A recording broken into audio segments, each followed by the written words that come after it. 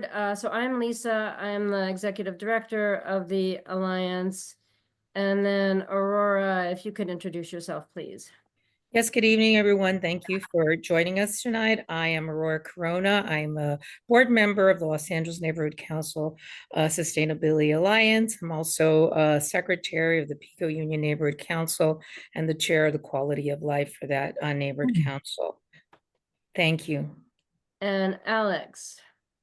Hi, everyone. I'm Alex Tangalos. I'm also a LA-NCSA board member, and I'm formerly the chair of the Wilshire Center Koreatown Neighborhood Council Sustainability Committee, and I'm currently the chair of my law firm Cooley LLP's Sustainability Committee for Southern California.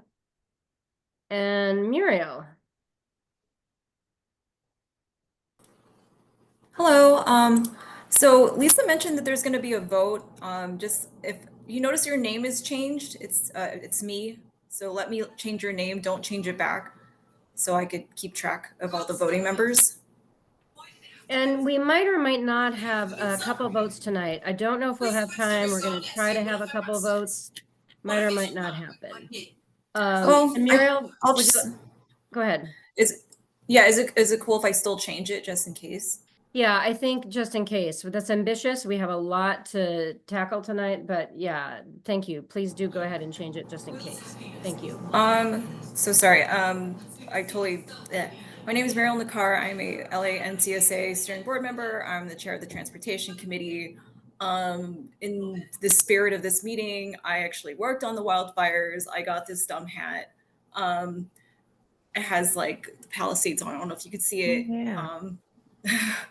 So I spent the last 2 weeks participating in like the phase 1 cleanup. I'm not gonna I don't want to share anything that happened during it because I'm still recovering from like 12-hour days. But I'm here literally in support, and I supported. And yeah, welcome to the meeting. Thank you. And we also have a youth representative. Jerry, are you here? Yeah, I'm here. Do I just introduce myself or? Please do. Yes, thank you. Hi guys, my name is Jerry Yang. I'm a junior at North Hollywood High School. I guess in terms of the fires, I've seen it most directly impact some of my classmates, and we've also gotten some students from Pacific Palisades High School come to our school to continue their education and try and continue with their lives. So it's been interesting interacting with them and kind of helping them reacclimate to life in school. One of the things that I'm doing right now is creating the LA-NCSA Youth Environmental Action Council. So if you're interested in that, I can drop the link, or like it's for youth from, I believe it's like 15 to 30. I'll have to check, but I'll put it in the chat. And if you have youth who you think might be interested in this opportunity, please tell them to fill out the interest form, and we're gonna have a meeting probably sometime soon. So yeah, thank you. All right, thank you very much. All right, a really quick poll I'm going to launch. This is my first time doing this in real life, so bear with me if I screw this up. It should only take about a minute. Muriel did it with me earlier, and it wasn't too painful, I don't think. So go ahead and please take it for me. This is for a grant we have with DWP, so it's very, very, very helpful for me if you take it. And are you guys all seeing it? Yes. Yes. Okay, Yes. great. Thank you. Yes.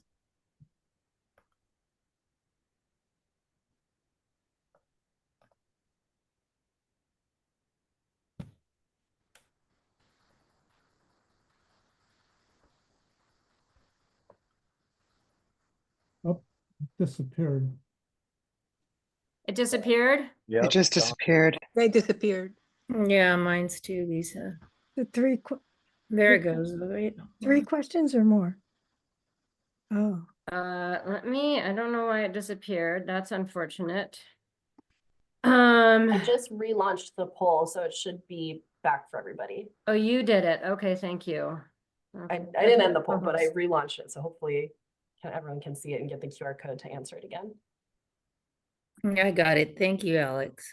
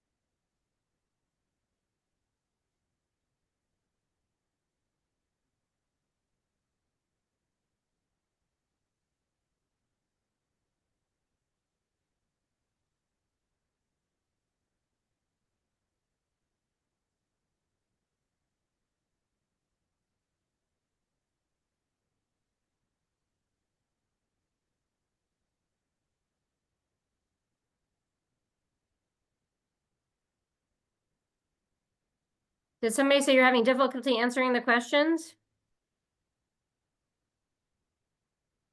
Advancing them, Oh, like advancing them. scrolling. It could be my operating system, but Yeah. can't it get might be. past, I can't get past question 4.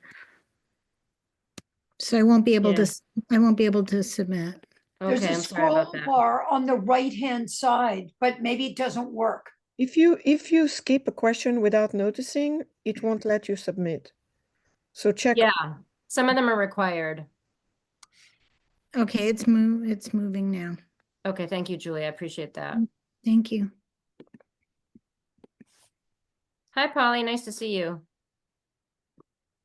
Also, Lisa, I'm unable to submit also. I hit submit button and nothing is happening. Lisa, I want to mention that it's easier just to scan the code and do it on your phone. I tried doing it on my laptop and it was a little bit more difficult. I just scanned the QR code and it worked much easier on my phone. That's interesting. Just Oh, thought I'd there, let I see you everyone have to know. scroll. Never mind. It's okay. I got it. What's your question, AJ?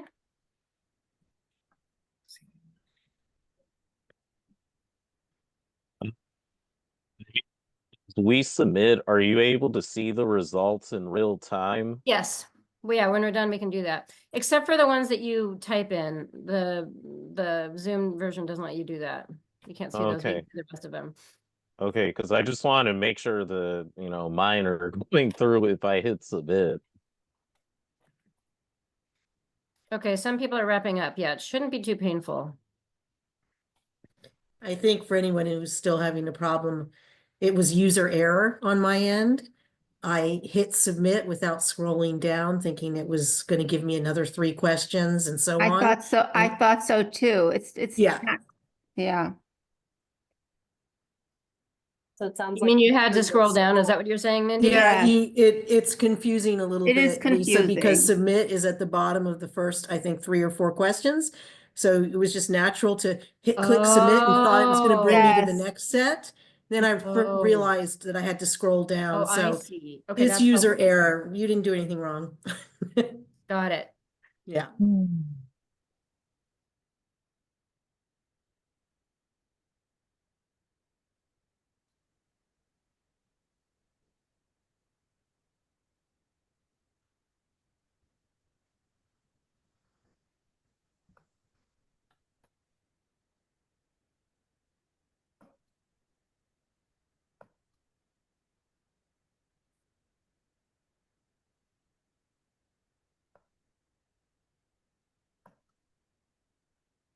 Maybe you guys can show your real old-fashioned thumbs up if you're done.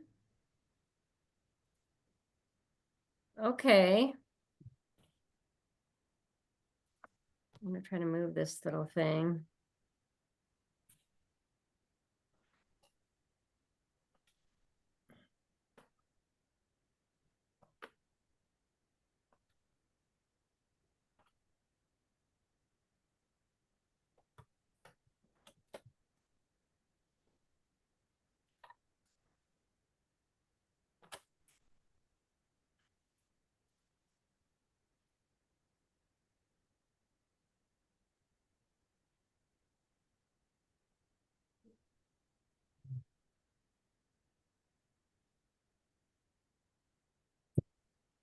And how about a thumbs down if you're not done?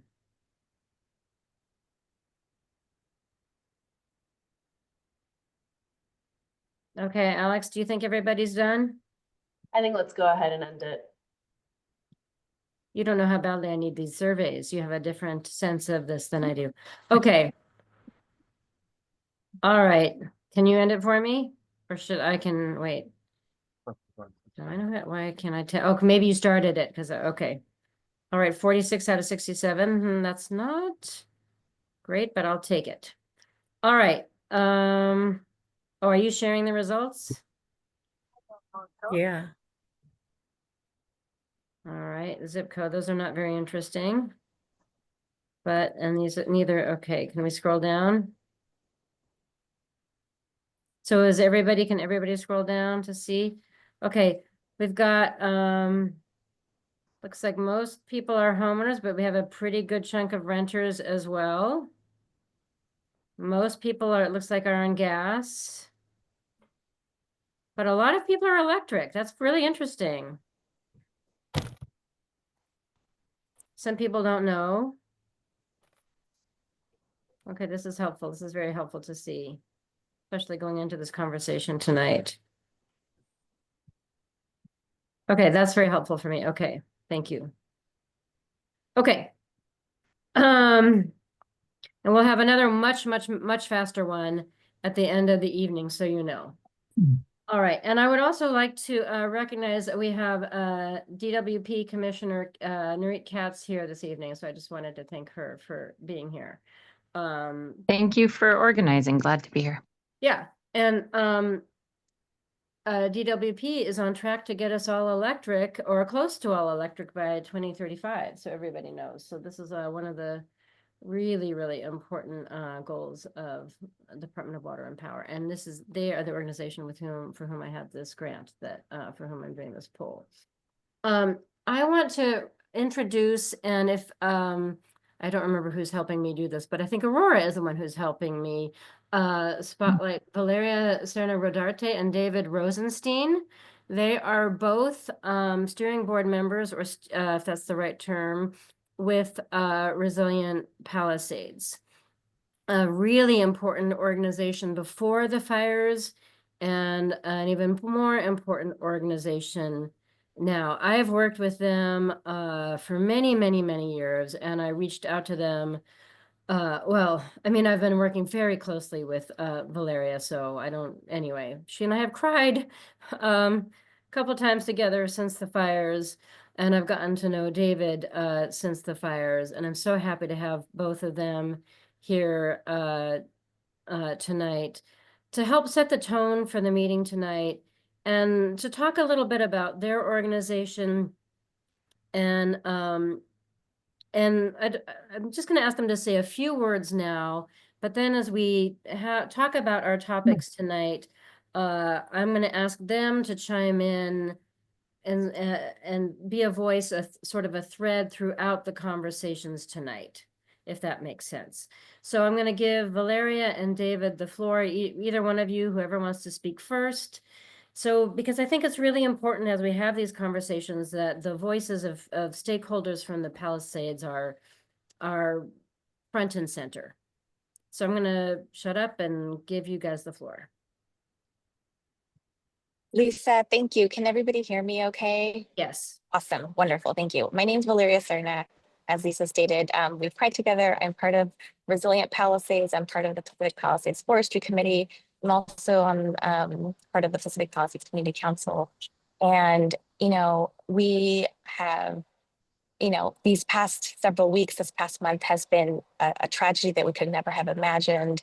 I've lived in the Palisades, you know, for the past decade. I went to Pali High, and what we've experienced these past, you know, in the wake, you know, in the fires was something that, you know, has completely just shocked the community. And we'd love to talk about how we rebuild and how we actually can adapt and how we, you know, pivot into like, you know, nature-based solutions and what that looks like moving forward, and how we can, you know, really come together as a community, you know, not just the Palisades. We recognize that there was other communities that have been impacted throughout Southern California, and climate change is not something that is zip code specific. So we're grateful for the opportunity to have, the community council, work with us and, really help us, steer, our common goals that we want to, for a better future. I think with that, I'll hand it off to David. Yeah, thank you, Valeria. Yeah, my name's David Rosenstein, and I want to acknowledge on the call tonight, we have some other Resilient Palisades member, including Vicki Warren and Serna-Rodarte, both of whom lost their homes in the fire. Ingrid Steinberg, who's one of our founding members. Of the 15 steering committee members, 11 of us lost homes. I was one of the lucky ones and didn't. As you can imagine, we've just been incredibly traumatized and trying to regroup and figure out what to do. We want to use this opportunity, this tragedy, as a model of a way to rebuild environmentally, especially with electrification. And we can only do that with the support of organizations like the Neighborhood Council, because, we didn't have the capacity before this tragedy to do something of this scope and scale, and we certainly don't. We signed on as a co-sponsor for the Hey Climate petition, and we appreciate the work that they're doing.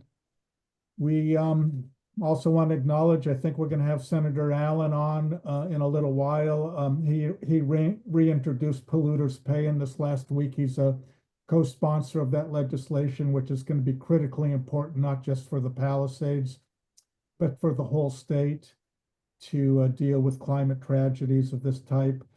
And, we're in a horse race here. There's a lot of very strong moneyed interest. There's the Caruso Group and the Patrick Group from the LA Times, and now the group from Evan Spiegel from Snapchat to Rebuild. But it can be a model of sustainability and electrification if we take our time and we do it smart and we do it right and we do it in alliance with other people like the Neighborhood Council that has shared values. One of the things we have going for us, I think, is just the insurance industry. The main concern we have is making sure this never, ever happens again in 10, 20, or 30 years. And that's going to be insurance driven. The insurance industry is in crisis mode. And I think that hopefully they're going to force the kind of values that we share to make sure that we have the most resilient community possible. And that's what we're hoping to see. And I'm looking forward to working with all of you. And Lisa, thank you for making time for all of us tonight. And, we hope to have a seat at the table and be a vital voice in this rebuild effort. All right, thank you so much, both of you. All right, well, now I would like to introduce Stephanie Bartron. And if you can spotlight her, if that's Aurora doing that, that would be great. Thank you. She is a landscape designer who has been, she's more than a landscape designer. That's how she refers to herself, but she's, I don't know. She's an environmentalist. I got to know her when I was chairing the Green Committee for the Silver Lake Neighborhood Council. And the night I got to meet her, the chair of the Silver Lake Neighborhood, I was chairing the Silver Lake Neighborhood Council Green Committee, and the then chair of the Silver Lake Neighborhood Council called me after the meeting, and he was just like, "Oh my God, I'm so excited that we got to meet her. She's going to be such a game changer." And she really, because she's such a systems thinker, and her knowledge is so deep, and she has been really fighting this fight about changing the way people think about fire prevention. And she's going to talk to us about that tonight. And I'm just so excited to have her share what she talks about, what she's been talking about to us with all of you tonight. So I'm going to give her the floor, and we can then give all of us the floor so we can talk about that tonight. Okay, I'm going to stop. Thank you so Go much. ahead, Stephanie. All right, I'm going to share my screen. Hopefully this is the right one. Yes, and you can do a better job than I did. Okay, can you all see this? Not yet. Oh, wait, maybe I have to double click on it. Sorry. Oh, there we go. Oh, wait, that's the wrong one. Sorry. No, I think it's. There you go. Okay. All right. So hello. Hi, I'm Stephanie Bartron. Thank you very much for the lovely introduction, Lisa. I've been designing gardens in Northeast LA for over 25 years now. I focus, oh wait, sorry, I have to move the Zoom window. I focus on designing regenerative landscapes that support watershed and biodiversity health. I was also the project lead and writer on these handbooks. I'm not a fire ecologist or a scientist, nor do I represent any insurance or fire agency. I do live and work primarily in the very high fire severity zone, so the rules around brush clearance affect me directly and personally and also influence my work. I'm here today to talk about plants and fire and the confusion around them. I want to address this question: are plants the problem, or could they be part of the solution? Much of what I will be speaking about today is drawn from and supported by the recent UCLA expert perspective paper, which should be linked in the chat, if not now shortly. Okay, so first I want to share that CAL FIRE is updating our regional fire hazard severity zone mapping, in case you didn't know that yet. The new LA maps will be released on March 24th, and they will include new moderate and high fire zones, as well as potentially expanding borders in the very high severity zones. So I'm going to pause first and say too many friends in Altadena have shared photos of their beloved homes now ashes. I know we're talking about Palisades too, so I want to stop just for a moment here and acknowledge that these fires were a terrible tragedy, that the complexity and depth of loss and grief has caused an almost unfathomable, or that's caused is almost unfathomable. Saying that I'm sorry for your loss really sounds inadequate, but I am deeply sorry.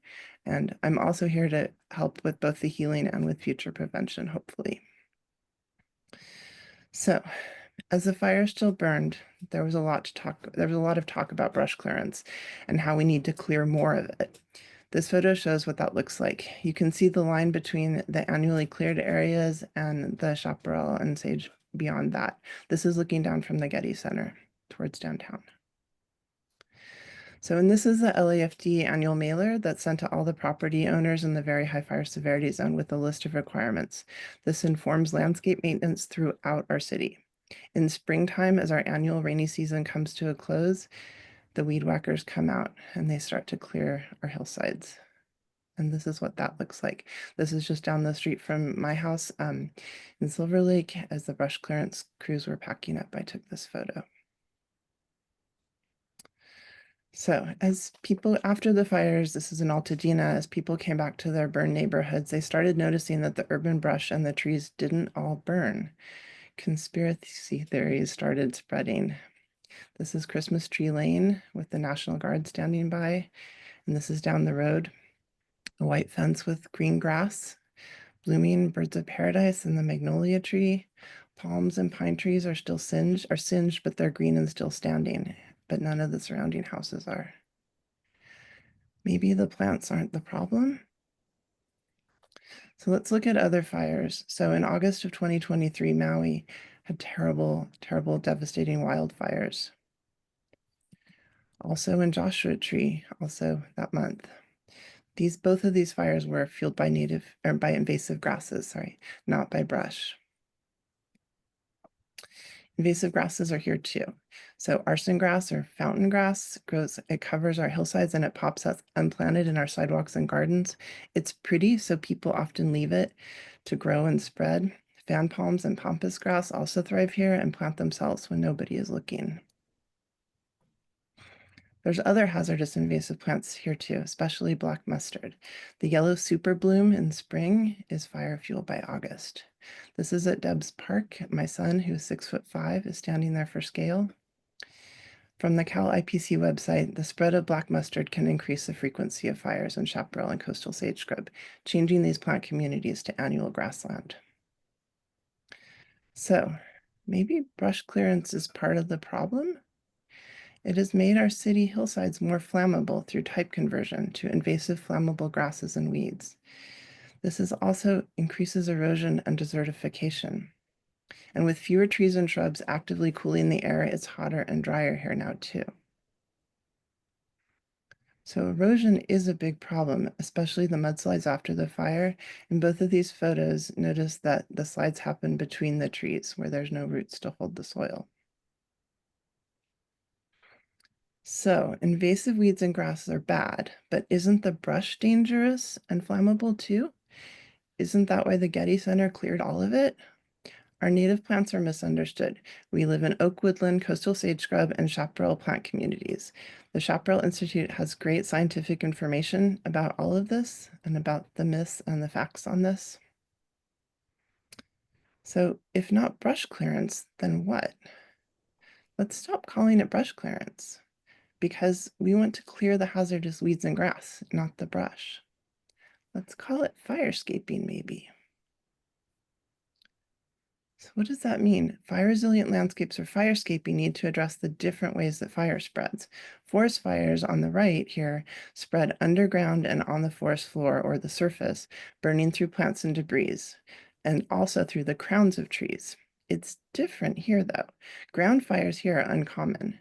Instead, surface fires here are conduction fires, crown fires are convection fires, and our urban fires also are spread by radiation or radiant heat. So first, surface or conduction fire, which is brush clearance, is designed to stop.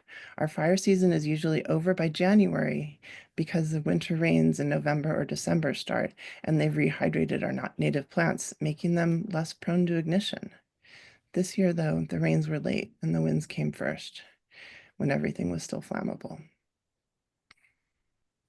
So also brush clearance directs us to limb up our trees and to space them apart to avoid creating fire ladders, which brings the fire from the surface up to the crowns of the trees.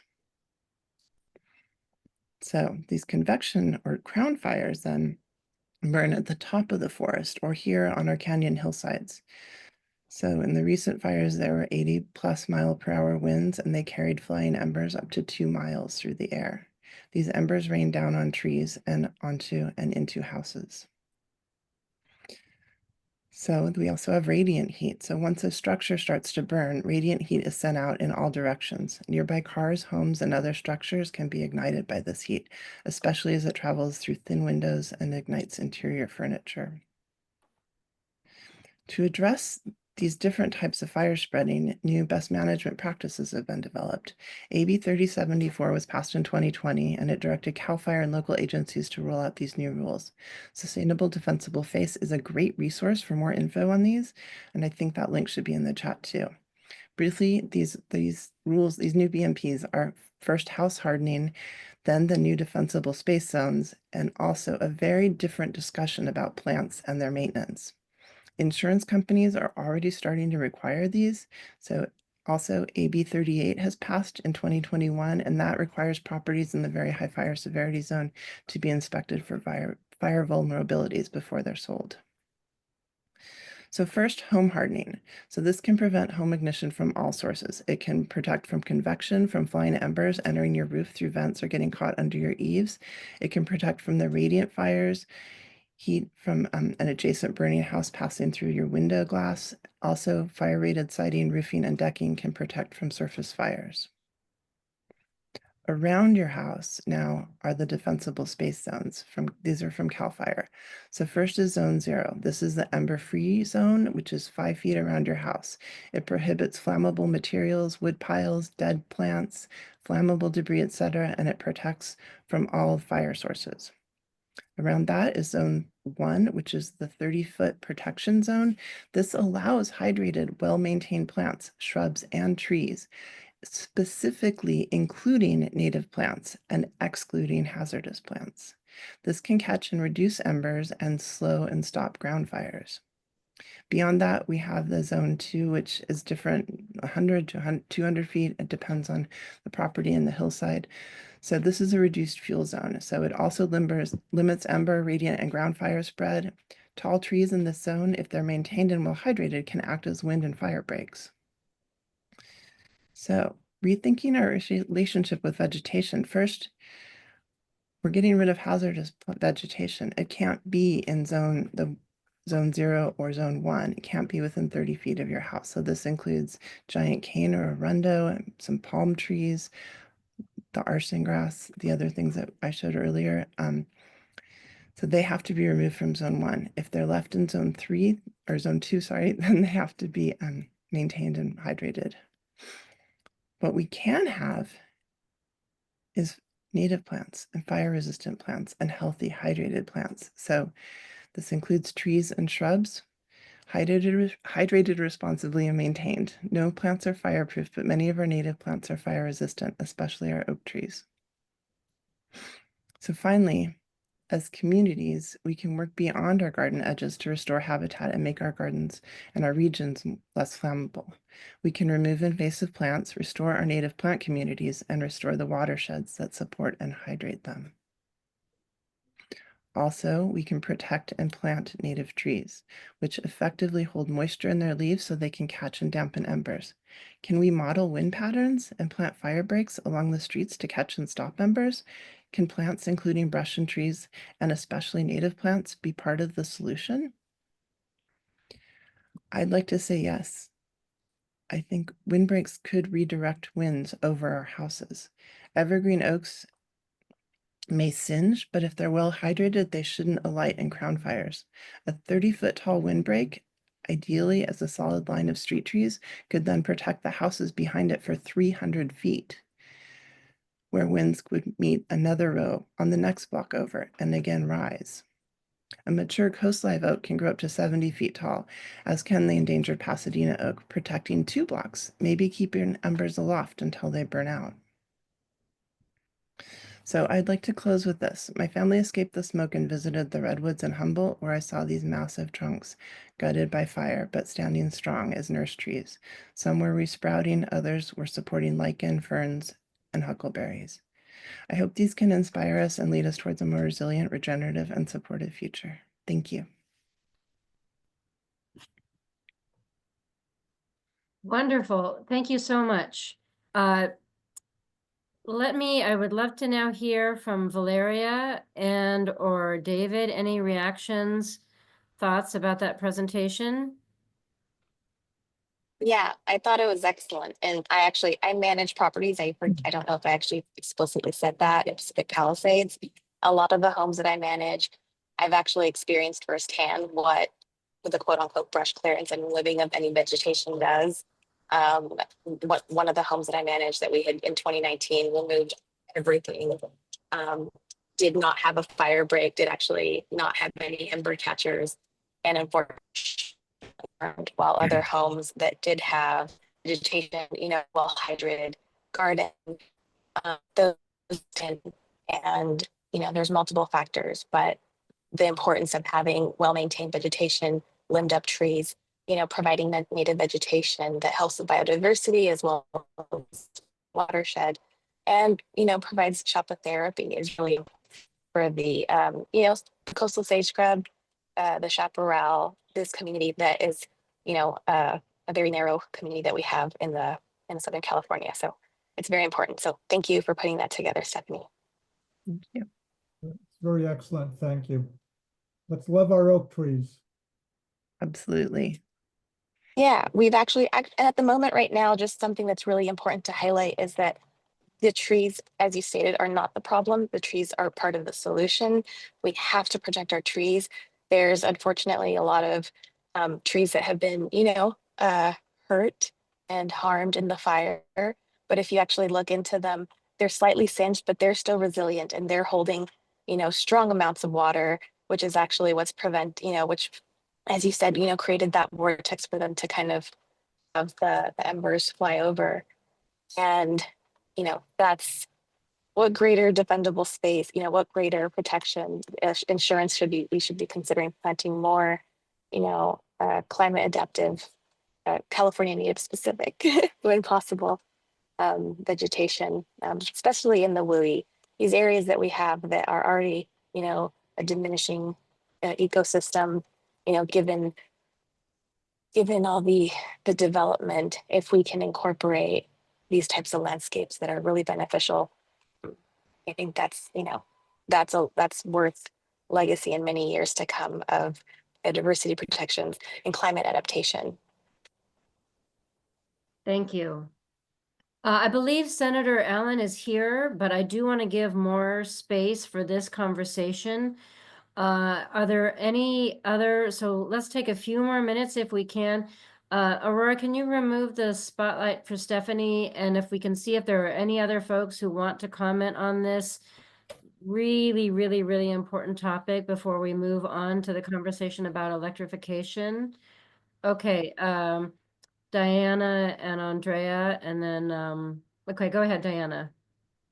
Well, actually, I thought I saw Dr. Travis Longcore on this call. Does he have Yes. his hand raised? Because I'd like to let him be the first, and then I'd like to go at some point.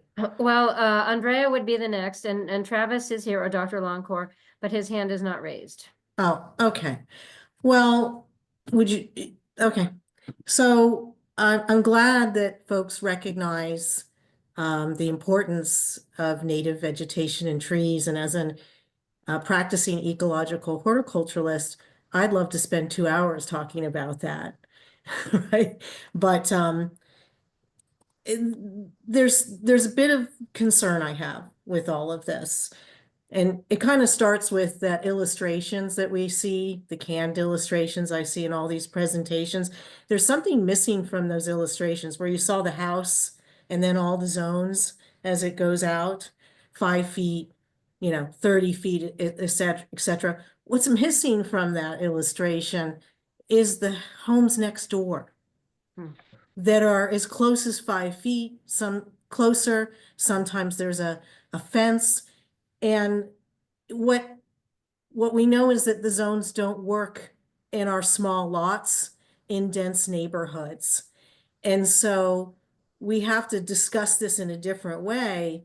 And it's completely understandable that people are ripping out their landscapes, their plants, because they've been told since 1961 that the plants are the problem.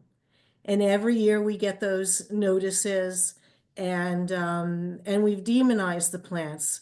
But there's actually current science that says the plants are definitely not relevant once the fire gets into our urban environment, because the primary fuels are the homes themselves. And while landscaping can play a role in reducing fire risk, it can't prevent fires in urban settings where structures are the main source of the combustible materials. Fences and other structures are part of that.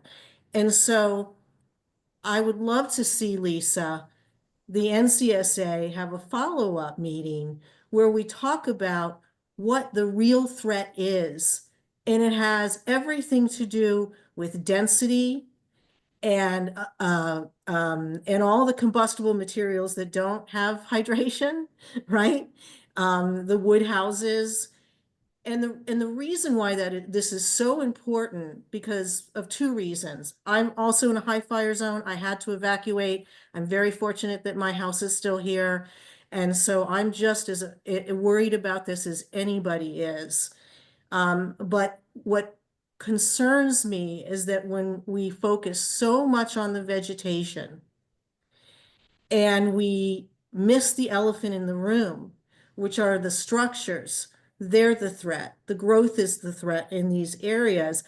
We end up having really unfortunate policies as a result, like building back at 110% in Altadena and Palisades, where we're literally, by doing that, we're adding more fuel to the fire zone. And so that's where I'd like us to be able to go and have that discussion. It's a really hard discussion, but it needs to be had. And the problem is when we come out with these defensible space policies that don't really make sense for our dense areas, we are sending very mixed messages because the science is telling us something different. And that causes confusion in the community. The probability of people doing the wrong things because of that confusion. It makes it very difficult for homeowners to know what to do. And then you get misplaced opportunities for real safety. Okay, Stephanie wants to chime in, and I'm gonna need to chime in, and then we're gonna have to move on. Go ahead, Stephanie. Just briefly, Diana, I hope that you watched the presentation. I mean, that the new zones are mandated by CAL FIRE and by the state law. So it's not, that's not the only thing though. That it's also about house hardening, and it's about not having flammable homes and fences, and the ember-free zone, and all of that is really about dealing with all of these different things. So you can have houses that are right next to each other and you have a clean space in between them with that's ember resistant. Anyway, I just want you to know that all of these different things are being addressed in these new rules. I would say that I'm a bit of an expert on this as well, and I've studied this for over 10 years, all the science. What I'm saying is it's all new though. These are new rules, and the whole point of my presentation was to say that yes, plants have been demonized. That's why I started getting involved with this as a garden designer, because plants are being demonized. I don't have a problem, Stephanie. I don't have a problem with your presentation. I think I was saying something different where the focus should be. And when we just keep talking about vegetation since the 1960s, but I will say this, in terms of the zones, they're not workable here in these high dense areas, and we can have another discussion about that. But I think that, they're not practical. And by the way, I don't believe the state fire marshal has codified the zones yet either. No, Newsom has asked him to finish that. He was supposed to do that in 2023 and he hasn't yet. And so that is the issue. Adding to the confusion, right? But the insurance companies are demanding these now, and in some places they're demanding 10 feet instead of 5 feet. So that's why the point of this conversation and the reason I'm here today was because I wanted people to understand what was happening on the state level with the laws and the rules and how they were changing, and how it is really all about using plants, thinking about plants in a different way and in a positive way. Hey, Lisa, can we let Travis chime in here? Well, please? I just needed to say, I don't want to throw density under the bus here. I know Diana and I do not always see eye to eye, but density, I mean, we certainly know that in terms of energy usage and climate mitigation, density is just such an important part of reducing our energy. Density outside of the danger zone, I will agree with you, Lisa. I have changed on that a bit. Fair enough. Good. That's good. Let's end on that. Let's end on that. It's just in the danger zone is what I'm talking about, because the structures are the fuel. Okay, we are going to go to Travis, and we got to move on because we do have Senator Allen here, and I knew we were going to very tight on time. Go ahead, Travis. Yeah, and thank you. I'll try to be brief. Just a couple of things. One, we are going to try to research these fires after action and figure out whether or not any of these amounts of vegetation management and or the proximity of nearby homes was explanatory. We think what we're going to find is that once you got into an urban conflagration, it would have been just like the campfire, which basically means that no amount of zone 0, the 0 to 5 feet implementation, which is what the governor is pushing the fire marshal to implement, would have mattered, and at the winds that we had. Now, and so I do think that's an important point to recognize, that that's our expectation. When I say I've teamed up with John Keeley and Alex Seifert, to the people who research these things, going after some funding to try to do this. But it's very important for people who live through this to realize and have the comfort to know that they shouldn't look at the politicians jumping on zone 0 and trying to get the state fire marshal to implement this. That's almost blaming the victim in this instance. It would not have made a difference once you got into an urban conflagration. I'm hoping and I expect that the studies will actually show this, but the precedent that we have for this already in the campfire does suggest that to be the case. So it's a politically savvy thing to do, to pretend you're doing something, but it is a little bit of victim blaming. And there is a reason that that zone 0 has been held up politically, which is, and I think we all operate here in the neighborhood council system in a, it's a political environment, is to recognize your average person who looks at these fires, looks out at a hillside and says, the MRCA or the SMMC or state parks didn't clear that hillside, and they're making it dangerous for me, and they need to do something about that. They think the problem is out there. And we had a big, long meeting at Bel Air Beverly Crest Neighborhood Council, lots of public testimony, and that came out. They're looking 400 or 500 feet away from their structure. They're not expecting the state to come in and basically come and chop down the tree that's right next to their house to comply with new regulations. And so I really caution the political momentum to try to do that. One, because it's not necessarily going to work, and it especially wasn't going to work in this kind of fire. And second, it's a political nightmare for very little, if any, benefit. And when I talked to John Keeley, who's the co-author of one of the studies that was used to support this legislation in the outset, I said, does any of your studies show that Zone 0 should have no vegetation? He says, oh, absolutely not. We think the reason that we're finding this impact of vegetation close to homes is that there's litter that goes onto the roofs. So it's more about maintenance and cleanliness than it is about the vegetation actually being there. So we need more research on it. But my suspicion is that what we're going to find when we do this is that healthy trees right next to homes is not a problem, as long as there's good maintenance and you're keeping the dead wood out and we do the home hardening piece. So there's a political side of this and there's a science side of this, and we all should be thinking about both of those. Travis, I just want to point out that in my speech, I specifically did not talk about no vegetation. I know you didn't. That's not how it's. But okay, I just want to clarify that point though, because no, absolutely. Vegetation, and someone was just asking about this in the chat. So vegetation is allowed in the Zone 0. It's just that it has to be well hydrated and maintained. Like if you have a giant dead pampas grass next to your house or a field of other, a bunch of wood pile, that's not allowed. But the actual implementation of Zone 0 has not been formalized by the state yet. So there is no real thing yet. This is all jumping the gun for what the state is going to potentially recommend. But the state is starting with home hardening, and that is the thing that everyone can start to be doing now. And then we can also, as we rebuild, hopefully we can start to think about planting trees and shrubs and windbreaks so that they can capture the embers. And yes, if the whole neighborhood is on fire and you have radiant heat, then no trees and shrubs are going to help you against that. The trees and shrubs can protect from the embers. The radiant heat from the houses next to you that's about some home hardening. It's about having non-flammable siding. It's about not having flammable roofs. It's about having double paned windows. And it's also, like Lisa's done with other projects, it's about working with your whole neighborhood so that your whole neighborhood is less flammable. And that's something that hopefully the Palisades can do moving forward and use less flammable materials as they rebuild. Okay, that's super helpful. Connie, do you have something very quick? Yes. Hi, I'm Connie, Echo Park Neighborhood Council board member and also a budget advocate. As I was looking through the fire department's budget for this fiscal year, I saw that out of its total budget, $819.64 million, only $6 million was allocated for arson investigation, and $6.5 million was allocated for hazardous material enforcement.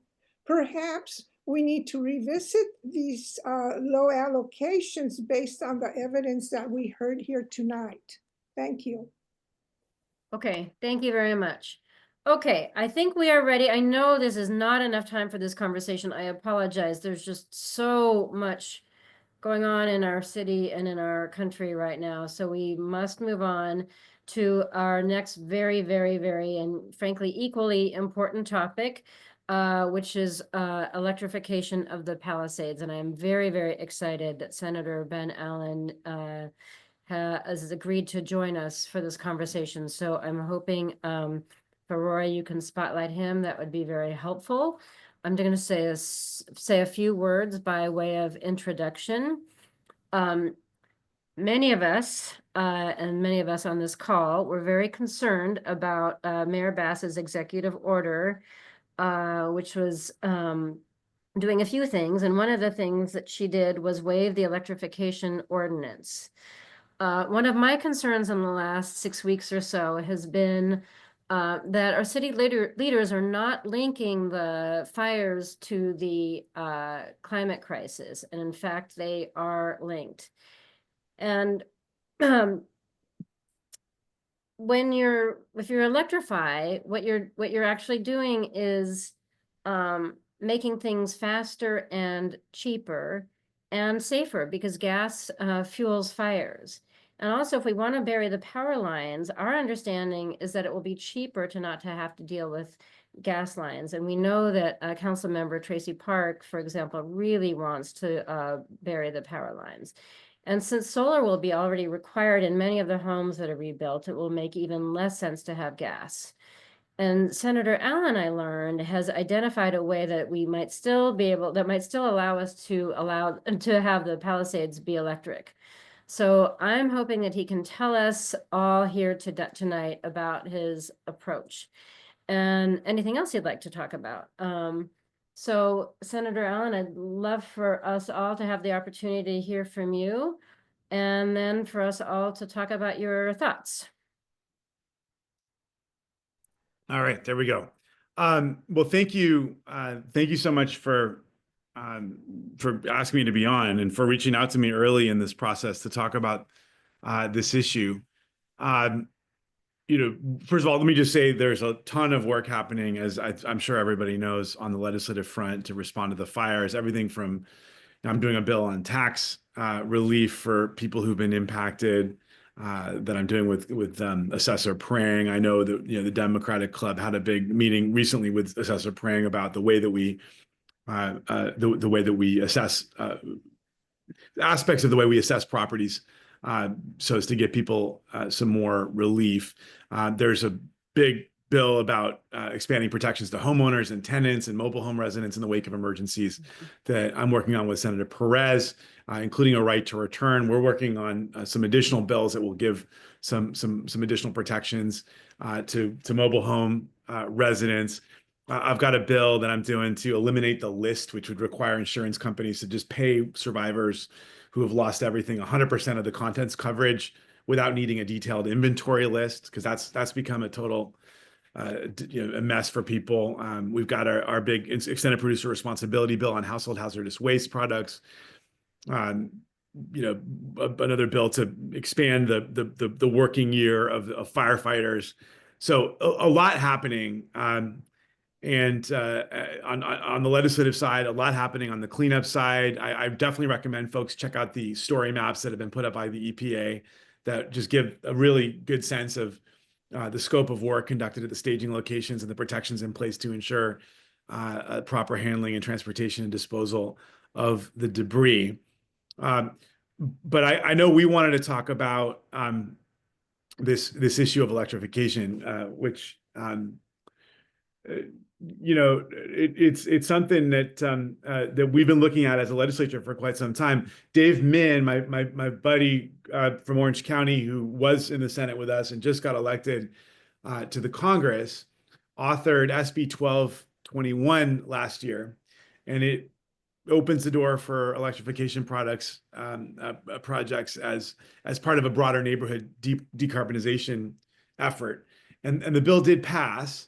But the idea of the bill is that neighborhoods with 67% of property owner support could move to all electric, to a neighborhood electrification project.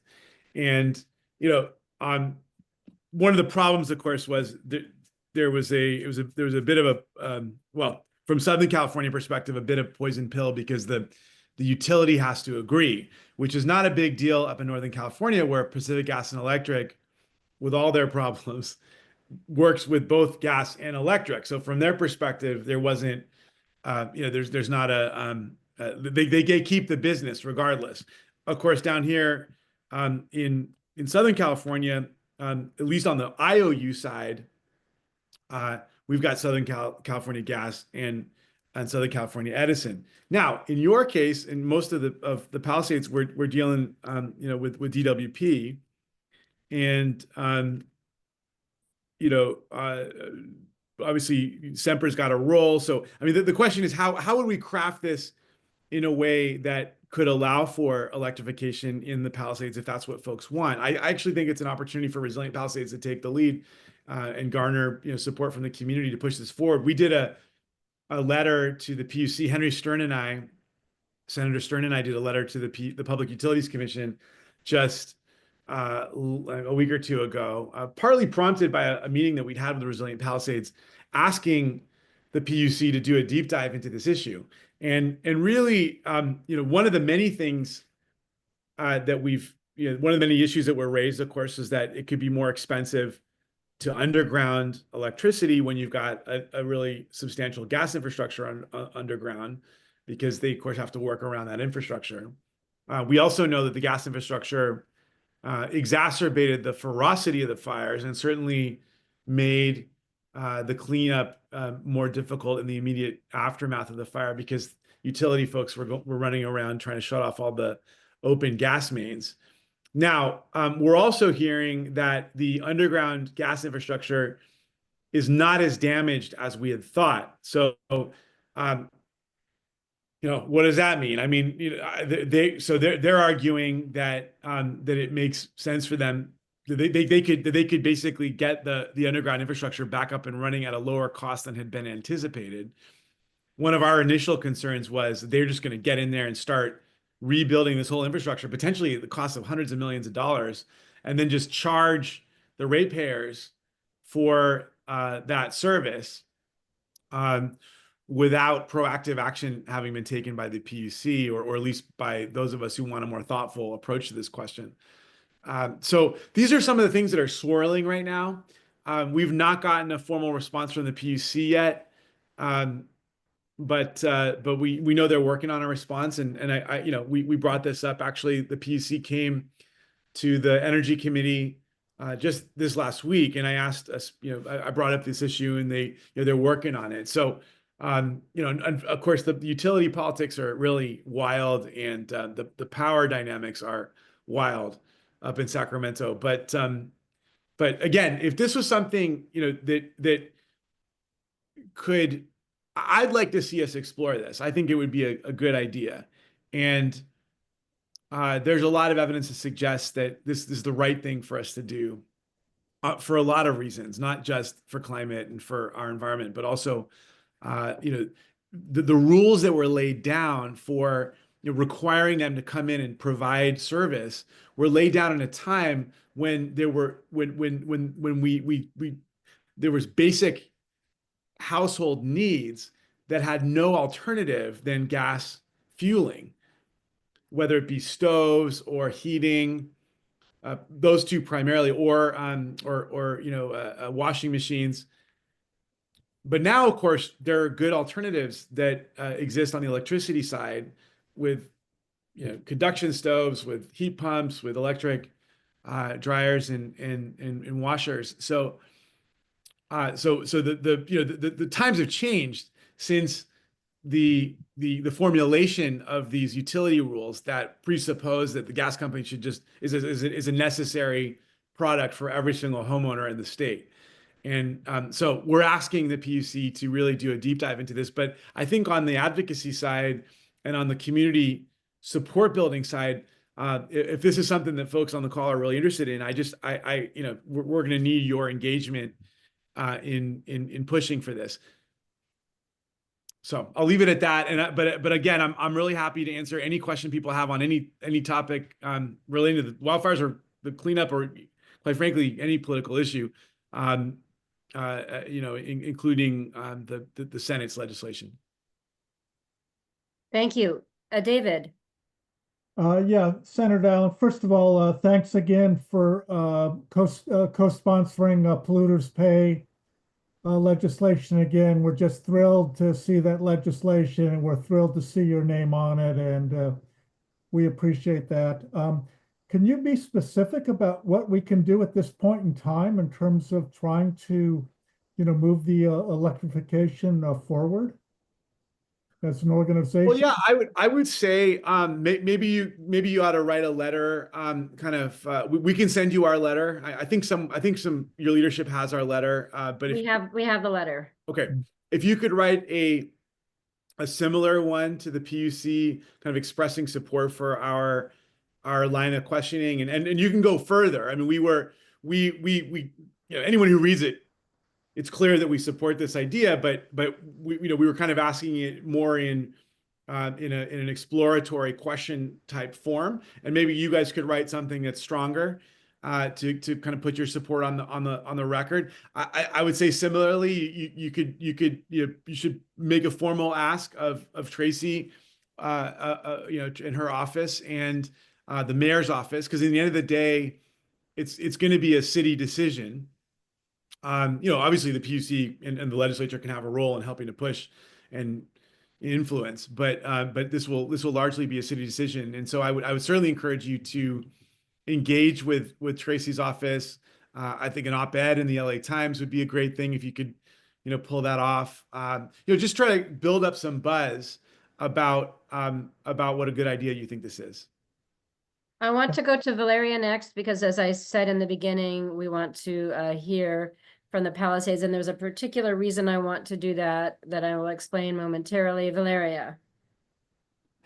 Hi. So with that, yes. Also, at the rebuilding, there's a fast track to building permits. That would be something that we could also help fast track, putting in, because that's been always one of the challenges that we had. I personally, we never lost, we never lost power because we had solar and battery power. So, that's something that we should also discuss at the, rebuilding site, is like putting in, DWP, having that, that group of DWP building and safety to help us fast track how we actually get electrification, to these homes when they're already being designed, because people are already talking about putting in their homes and their 10%. Well, maybe that 10% is actually add solar, add a rain garden, add cisterns, add water capture. Right. So, right. We could give additional flexibility for, properties that really do the right thing, both from a fire resiliency perspective, but also an environmental sustainability perspective. I mean, that would be my preference. I mean, what's been the nature of your interactions with Councilmember Park's office thus far on these things? Valeria, she's on board. you've talked with her. Yeah, go ahead, Valeria, because you've talked with her directly.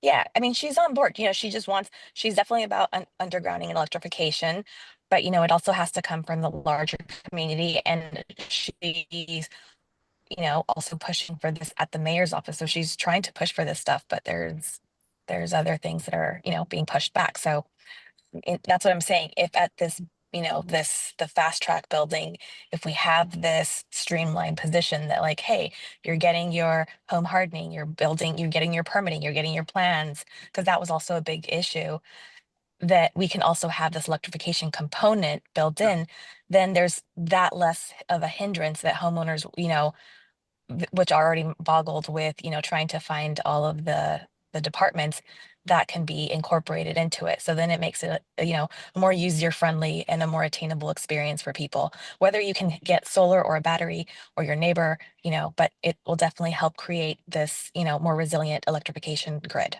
Right. Okay. And have you guys connected with Josh Lappin yet? No. Yes. Okay. I read his article. Yeah, he's fantastic. I've known him for years. He literally worked on my campaign back in 2014 when I think he was a high school senior or something at the time. He's gone on to get a PhD from Oxford. He's now doing a postdoc fellowship on the history of the DWP, actually. Oh, wow. So brilliant guy, and I think is very committed to this effort too. And so he helped us write our letter. And anyway, but we should definitely hook you guys up. Yeah, for sure. Sam, if you could help with that, that would be fantastic. But I'm also happy to. I'm going to interrupt. Sorry, Polly. One of my concerns. Well, okay. Let me not interrupt. I'll put a pin in that. Polly, go ahead. Yes. Hello, Senator Allen, and thank you so much for all your leadership in the climate arena and so many other arenas. I had two questions, and one was to talk about the safety of the removal of the debris and taking the debris to the landfill. So I've read a lot of articles and people are worried, I'm sure. I'm not looking for something long, just what are your thoughts? And the other question was, will all the new housing be required to have solar panels? I think there's a bill in California that says all new housing should have solar panels. But if there's the, the NEM 3 and the people aren't in DWP area, then will there be all of a sudden pushback on this law that we have of new housing having solar panels, given how expensive or how long it will take to have them paid back with the NEM 3 rates? Okay, Yeah. okay, I am going to interrupt, sorry, but I do want us to be very focused on this question at hand, which is about the electrification. I think the solar question is actually relevant. So I'm sorry, but I really want us to pin down this electrification question. So can you answer the solar one, but maybe not the debris one for the moment? Yeah, the debris one's taking up a lot of my headspace too. I'm happy to talk to you about that offline. The solar issue, I think the fears that I hear undergirding your question are, I would say, are legitimate. We do have this rule. The PUC has been pretty lousy of late on rooftop solar. They really are just buying the utilities line on this, unfortunately. I think when we talk about expedited permitting, I do worry that that solar could get kind of thrown into the mix of the expensive additional requirements that we're trying to get rid of as we let people build quickly. So again, that would be, that's something that's I guess the question there is, maybe it's all up to all of us together to work on this. Everything has to be seen with a lens of cost effectiveness and speed. And so if there's a way for us to really be sensitive to those two factors with regards to solar paneling, that will, I think, give us our best chance of making the case for keeping that rule. But quite frankly, I don't think I don't think there's an answer to your question yet, and that will be determined based on so to some extent the governor and the mayor's perception of the extent to which requiring solar panels on every home will increase the cost or slow down the rebuild. And so again, another issue where it's kind of up to us to try to come up with a good case, backed up by strong data for encouraging the continuance of the solar panel requirement. Okay, and I'm sorry to be so Thank you. heavy-handed, but our time is very tight and we've got to pin down this electrification question. Joanne, is your question electrification related? Okay, thank you. Go ahead. And you're muted. You are muted, Joanne. We had a survey right before this right at the beginning of this meeting. And when the survey asked if I would consider electrification, I thought about the large cost it would take to change out my gas appliances, to put in the extra wiring and so forth. Here we have a blank slate, sadly, but we have a blank slate in the Palisades because the homes are not there, the appliances are not there. So it seems like this is an opportunity. I mean, it's a very sad opportunity, but it's something that could, environmentally take a step forward, but we need education. Because while I have bought into the idea of electrification, the vast number of people out there have not. Yeah. And they're used to cooking with gas and so forth, and heating their homes with gas. So I think that what can we do to educate the people? I know they're very raw right now, but they're also thinking about, some of them are thinking about rebuilding. Yeah. And you're right. I mean, even like, there's a lot of people just like their gas, and there's obviously been a lot of work recently that has shown all of the pollution within a home that a gas stove can cause. The induction stoves are pretty expensive. Um, and we have been working on incentives, and it's one of the things, my subcommittee oversees the kind of our climate and our greenhouse gas reduction fund. And I'd like to see us put more resources into incentivizing the purchase of heat pumps and induction stoves and those kinds of things, so as to help ease the transition toward electrification. But you're right, there's a massive kind of disconnect in people's minds, and some of it's cultural. A lot of chef types really think that the best way is to have a gas stove, and yet people who work on induction stoves have really come to love them. But it just takes a little education. So I'm seeing a couple pieces of chat kind of popping up there about demonstrations. I think it's going to take educating your fellow residents about the efficacy of this and what a good idea this is. I think the problem we're going to run into is people are going to see this as, my worry is that people will just see this as another, the last thing I need to do is be bought into electrification when I'm just trying to rebuild my home. So how do we do this education campaign carefully and sensitively, given what all these folks have just endured? I think everybody on this call is already pretty bought into the broader agenda. But a lot of our fellow residents, they're not against the environmental agenda, but it's just not their top priority. So again, I mean, this is an area where I think your organization is so well placed because it's truly a grassroots Palisades-based organization. Anyone else coming in from the outside trying to impose new rules could be seen as, not being adequately sensitive to the unique challenges of the rebuild in the Palisades. And yet you are I mean, one of the point I made to your leadership when we met a week or two ago is that you're so well placed to help to lead this conversation within the community. So, and I'm happy to assist with that too. I got, maybe we can get a little kind of a group together from the organization who could, subcommittee or something that could kind of help to lead that process. But it's going to have to be a grassroots kind of Palisades driven process, I would think. And that's why you guys are so well placed to help lead. Okay, that's a perfect segue into the conversation I kind of want to have, but let's hear from Andrea and Rosalind, and then I want to ask a couple of questions. So let's hear from Andrea and Rosalind, and then me before Valeria. Sorry. Andrea. Hi, good evening.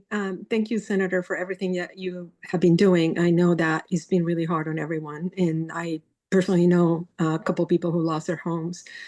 I think that it's really important to just keep honing on this. And I have given personally, tours of my home. I still have a couple of, actually just one more appliance before I go fully electric. And that's the water heat pump. And I was trying to apply for the rebate under tech, and that just lasted for like 2 weeks this year, and it was gone. So I don't know if there's any more plans to bring that back or anything. So I think that is really important. And I know that there's still rebates for those who, those low-income households. And I think that even those, we need to, I think, let people know in a meaningful way how they can benefit from those. Especially having a lot of literature in Spanish. And I know you have worked with my friend Miguel Medina in other, venues. Yeah. So I think that we really need to go, that extra mile. And I know that right now we have the fires as a horrible thing happen, but we can have an earthquake. We can have different things that if we keep using gas, it's going to be on us to, experiment really horrible stuff. And I have actually a member of my family in Mexico City die after an earthquake due to gas leaks. So I do not want anyone dying the way my cousin died. And again, I will do anything to make sure that we switch to electric as soon as humanly possible. And And I think also talking about resiliency, I think just pushing for more virtual power plants, both with DWP and with the big three utilities. And I was really pushing to get the legislature this year to do some kind of VPP bill to ensure that we have this electrification along with distributed energy resources to make sure that the big IOUs include VPPs in their integrated resource planning. So basically forcing them to have these resources that are basically better for all of us, including electrification and these resiliency hubs, so that when we have an emergency, people can hook up their life-sustaining equipment, people can refrigerate their medications, and things like that. Again, we're overdue for a big earthquake, and what a great resource we could have if that happens. Yeah, I agree with you. I mean, it's no way to build a community, quite frankly, now that we have what we have. So thank you. I'm on the rebate side. I'd like to, again, I'd really like to see it built into the greenhouse gas reduction fund. I mean, from my perspective, that's the appropriate place for us to pay for some of that transition. And so I'm going to be spending some time working on that. I love some of your testimony and information you might be able to share. Absolutely. And yeah. I'll share the stories, my my cousin being buried and operations being halted, rescue operations being halted because there are gas leaks everywhere. I mean, that should not happen here. Yeah, if there's some good articles about that, I mean, I'm vaguely aware of that. That was that during the what was it, the 99 earthquake or 86? No, 2017. 2017. So, yeah. And I just want to finalize with this because that is also keeping me up at night. I uncovered a lot of documents from Solca Gas where they want to now put a lot of pipelines down for hydrogen. Right. And a lot of those, they want to store it Aliso Canyon style, so basically unused oil and gas wells. But the problem is that most of those 315 wells are redacted in that document. So I don't know if it's that's your backyard or my backyard or anyone else's backyard here. What I do know is that they don't belong in anyone's backyard, especially here. Imagine if those pipelines had been in the Palisades during the fires. So I think we all deserve to know where those pipelines are scheduled to be undergrounded, and the wells are supposed to be storing the hydrogen, because I don't think those belong in our city. Yeah, I mean, again, right? I mean, having that massive need for gas because of the way that we heat our homes and our stoves and all the rest then requires us to have these massive gas storage wells that are very dangerous. And Aliso Canyon is exhibit A. We've got a big one in my district in Playa. In Playa, yep. Which has got a lot of people really nervous. And now they want to store hydrogen there as well. So yeah, exactly. And hydrogen, of course, one of the many concerns we have about hydrogen is that it's such a small molecule that it's more susceptible to leakage. Right. And so it actually can have a deleterious effect, in the climate, in the air. And since you had, yeah, sorry. Okay, we have to move on. I must move on. Thank you. Rosalind. Thank you. Hi. I just wanted to express in terms of I can hardly hear you, Rosalind. Others might be able to, but yeah, I can't. Okay, can you hear me now? Not any better. No, you still can't hear me? I cannot hear you better. Others can probably. Can you just be louder? Is there a way to be louder? Senator Allen, can you hear me? I can, yeah. Okay. Oh, here, I'll take out my headphones just to see. Okay. Okay, can you hear me? That's much better. Thank you. Must have a problem with my headphones. So I just wanted to express that in terms of this electrification discussion and other discussions about the sustainable build back, I'm really concerned about the narrative that we have to prove that it's worth it to build back sustainably. That we have to prove ourselves. I think this is proven. I think it's been repeatedly proven. Yes.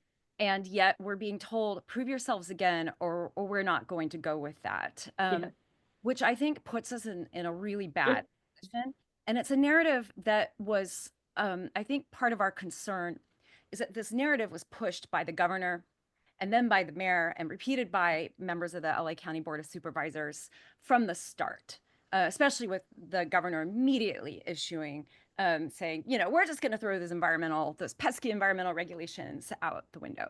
And what our leadership in the state effectively did was give people ammunition to and shape the narrative in such a way that everyone else could then see the environmental regulations as an annoyance rather than as something critical.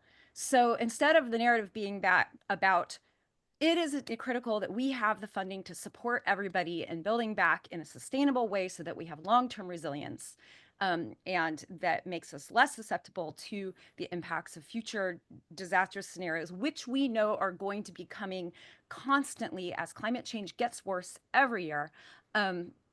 Instead, the narrative is we just got to keep people housed. Everyone knows that's important. Of course, everyone agrees that's important.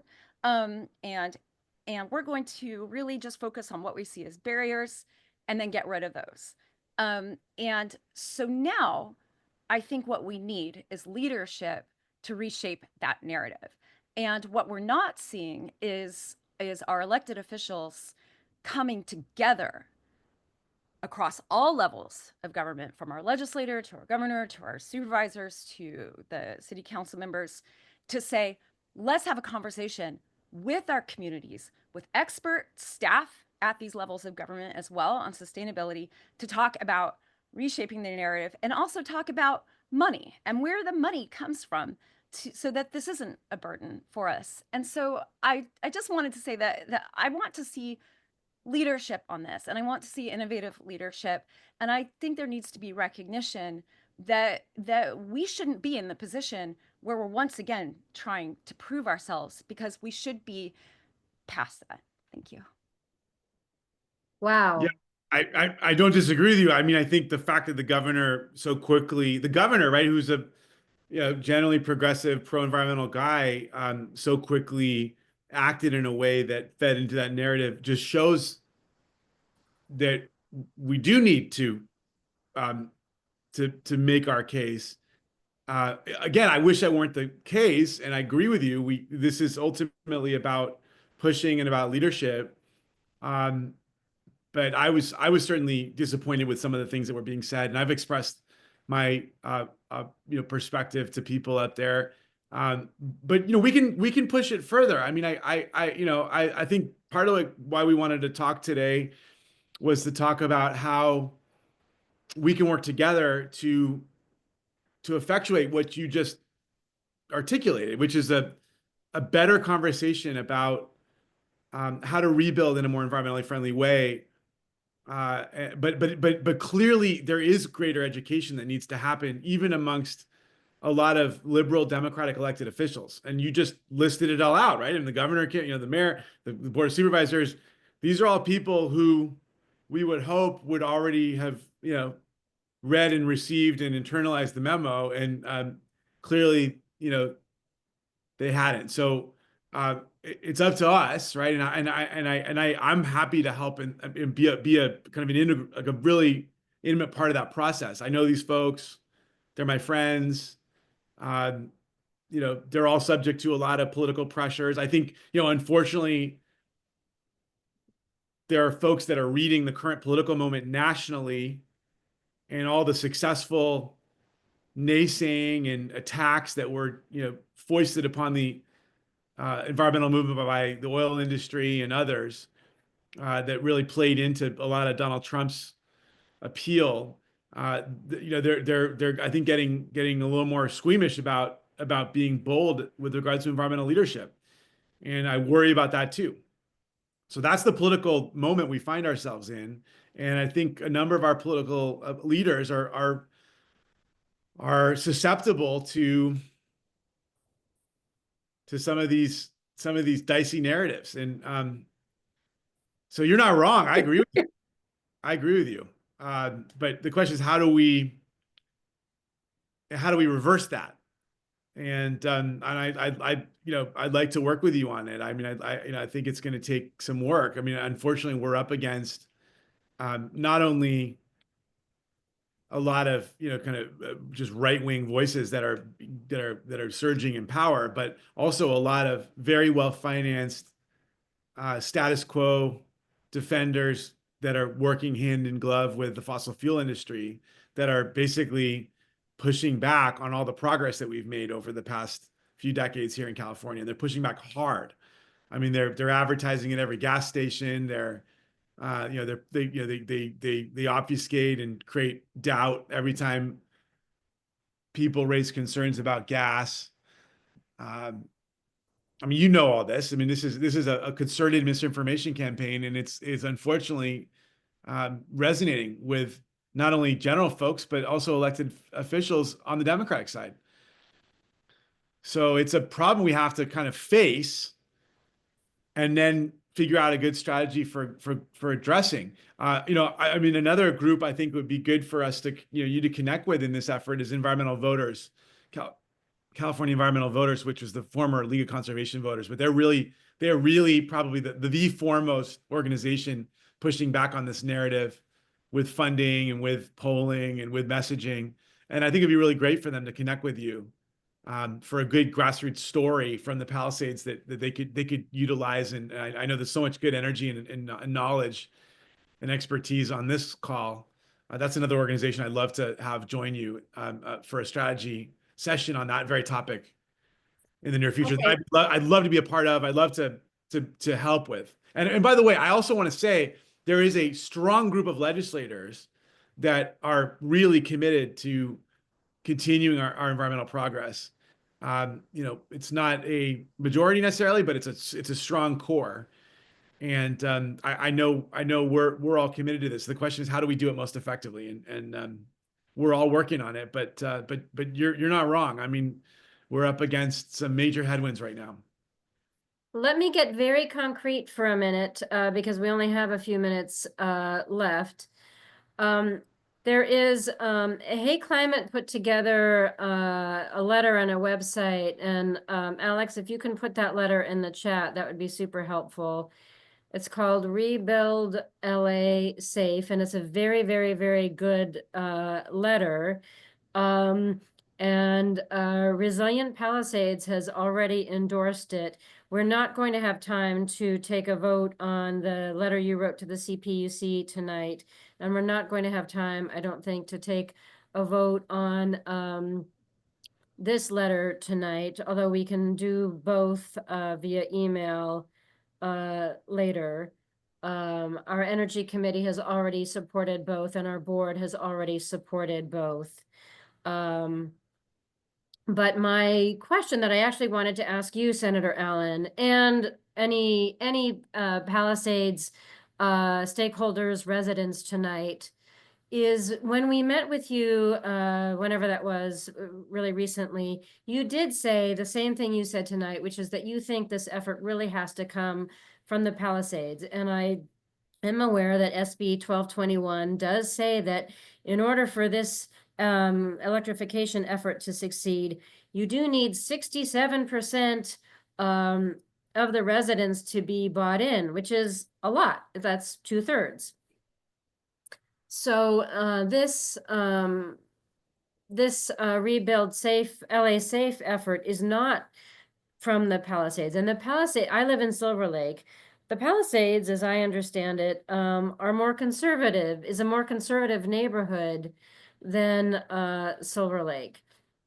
And other, like I'm in that area, I'm in the 90026 zip code, which is one of the probably the most progressive zip code in LA. So I think Bernie won that zip code by a lot. Yeah, I'm sure. Yeah. Although so anyway. By the way, when I met with, I know Resilient Palisades is a part of your coalition, but there's a lot more folks who are not from the Palisades. I will say, some of the comments I made were more directed specifically at Resilient Palisades, as when I talk about the kind of the grassroots neighborhood effort. Right. So that's my point. So my point is, how do we, I'm just anxious, like if we sign on to this Rebuild LA Safe and Resilient Palisades has, like, I don't want this effort. I'm a little anxious about the Palisades feeling like this effort is coming from the outside. Right. And so, I mean, I'm happy to sign on to the letter. It's a very good letter. But I don't want the Palisades to feel like this thing is coming at them. And so that I'm very anxious about that. Yeah, but I think that's why it has to be Resilient Palisades taking the lead. It's about them.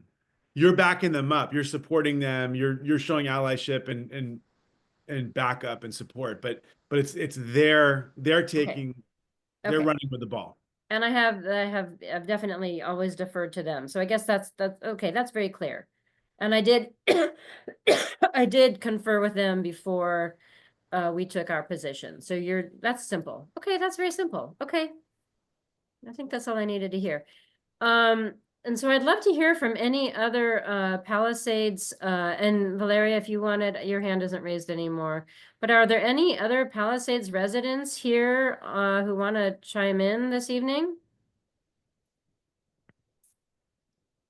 There are no hands raised. Why is that? I know Okay. you have further I think discussion. Sorry. No, go ahead. I was just going to say, I think we're reading the chat. Okay. But I mean, we have the PPCC, we have the Palisades Community Council, we have we have a new Sue Cole, who's the president of the Community Council, has just nominated a subgroup to start the rebuild. So we're going to have these conversations, but we just haven't had a chance to really have them as, at the Community Council level. And so this is going to come up, and we'll hopefully definitely get the Community Council to also, support this letter, but also initiatives within the Palisades for electrification. And there's a meeting that Miriam Czar has put together for March 4th, which will hopefully send you the information. Because that would be wonderful if you or, we could maybe collaborate and help have that support from leadership such as yourself, that this is something that we need to have in the community. I love that. I mean, and that's the right steps, right? Talking to the community council, talking to the council member. By the way, I hope you're considering a similar approach to Altadena as well with their town council and their local leadership too. But yeah, so I'd love to be part of that. Just please get us the information about when that's happening, and I'd love to be a part of it. So I see Sean, okay, so let me take Sean's question, and then I'm gonna go give my son a goodnight kiss, and then I'll come back down and listen to the brainstorming. Perfect. Thank you very much. Go ahead, Sean. I didn't actually have a question, Senator, but I just wanted to say hello to everyone since I'm with Hey Climate, and we put together the Rebuild LA S.A.F.E campaign, and I just wanted to invite, that we're very open to collaborating and uplifting and whatever is most strategic to move this agenda forward. We're very open to adapting to make that, to support that. Okay, I'm gonna be right back. I'm gonna say goodnight to my son. Hang on. Thank you, Senator Allen. All right, Aurora, can you, thank you, perfect. And thank you, Sean. I think it's an excellent letter. I think we're not, because it's 8:10, yeah. So let's not take these votes tonight. But if anybody has any feedback on either the letter to the CP, let me rephrase that. If any voting members of our voting body has any feedback on the letter to the CPUC or the Rebuild LA S.A.F.E letter that you want to make now, because after tonight, I mean, just so you know, our energy committee and our board have voted in support of both. So after tonight, in the very near future, we'll just send an email and ask you to vote. So if you have any thoughts about either, you can share them now, but we won't vote tonight, because what we're going to do next is do the poll and also invite folks to, share any thoughts about a vision for a future Palisades, and then we'll go to our committee reports. Okay, it sounds like we don't. And Sean, you want any last thoughts about, or maybe you want to, well, okay, let's do the poll since Senator Allen isn't with us. right now. Alex, do you want to do the poll since you did such a good job, a better job than I did on the last one? You don't? Okay, Or I'll take another. I can't start the poll, but I can like manage. it. Oh, you Start could it. do it if I, once I, oh wait, where did the poll go? I don't even see that. Well, maybe I have to move the chat. Let me see where the polls went. Oh yeah, I think I know where they are. No, I don't see them.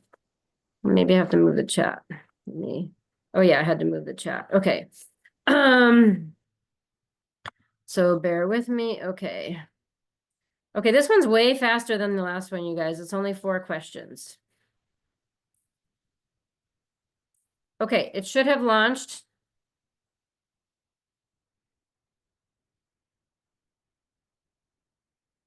I'm gathering it did.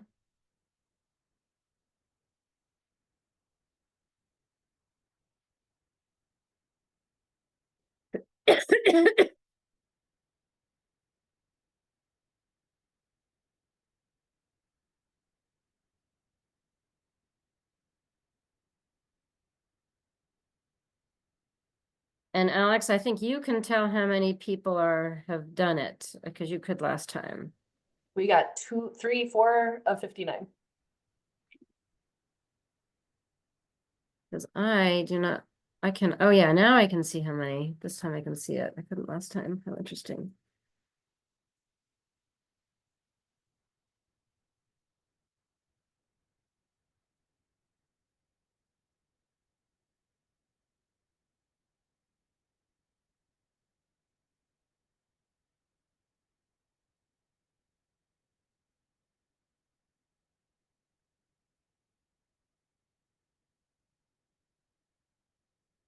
Interesting this out of 59 when we have 63 participants. Why would that be?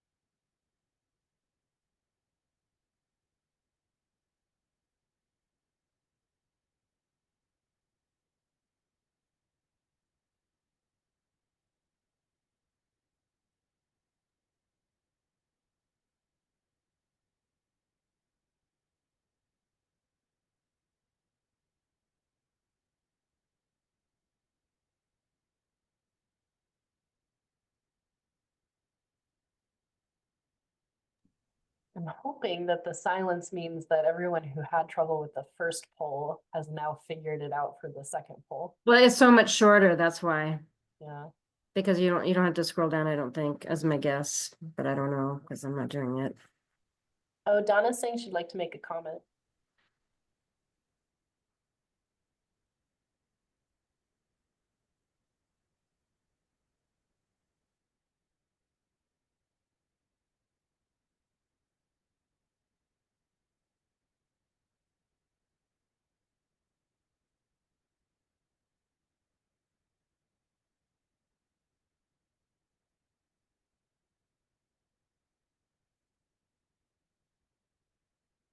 I assume Donna can make a comment. Is it on the survey? I'm commenting. It's probably obnoxious that I'm commenting, but I'm doing it anyway. Go ahead, Donna. Oh, you're muted. Hi, I was not able to unmute earlier. So I just have a few comments, but it's not about your survey. So did you want to complete that before? Oh, maybe, yeah, probably just let people finish the survey because that might, if it's content, if it's like substantive, it might be too distracting, I imagine. Exactly, because it has to do to the larger. Oh yeah, then hold off. Yeah, that might be too much for folks.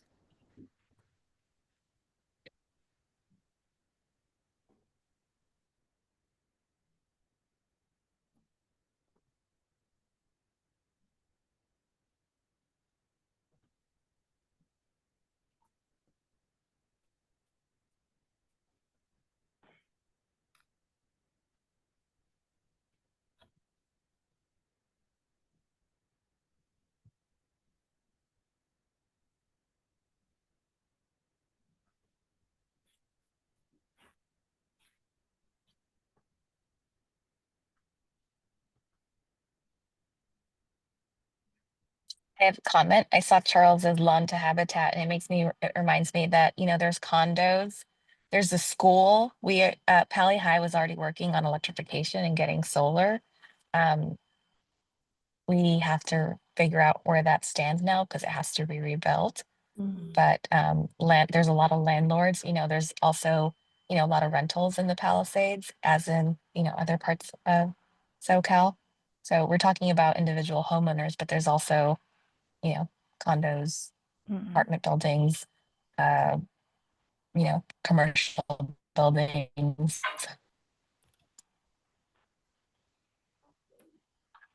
Is that a greater conversation for another day, or I think should also be Thanks, brought up. Valeria. We actually do this lawn to habitat. We're trying to do it every year, and those sound like great candidates to maybe be included next year. So that's definitely something we can talk about, I think.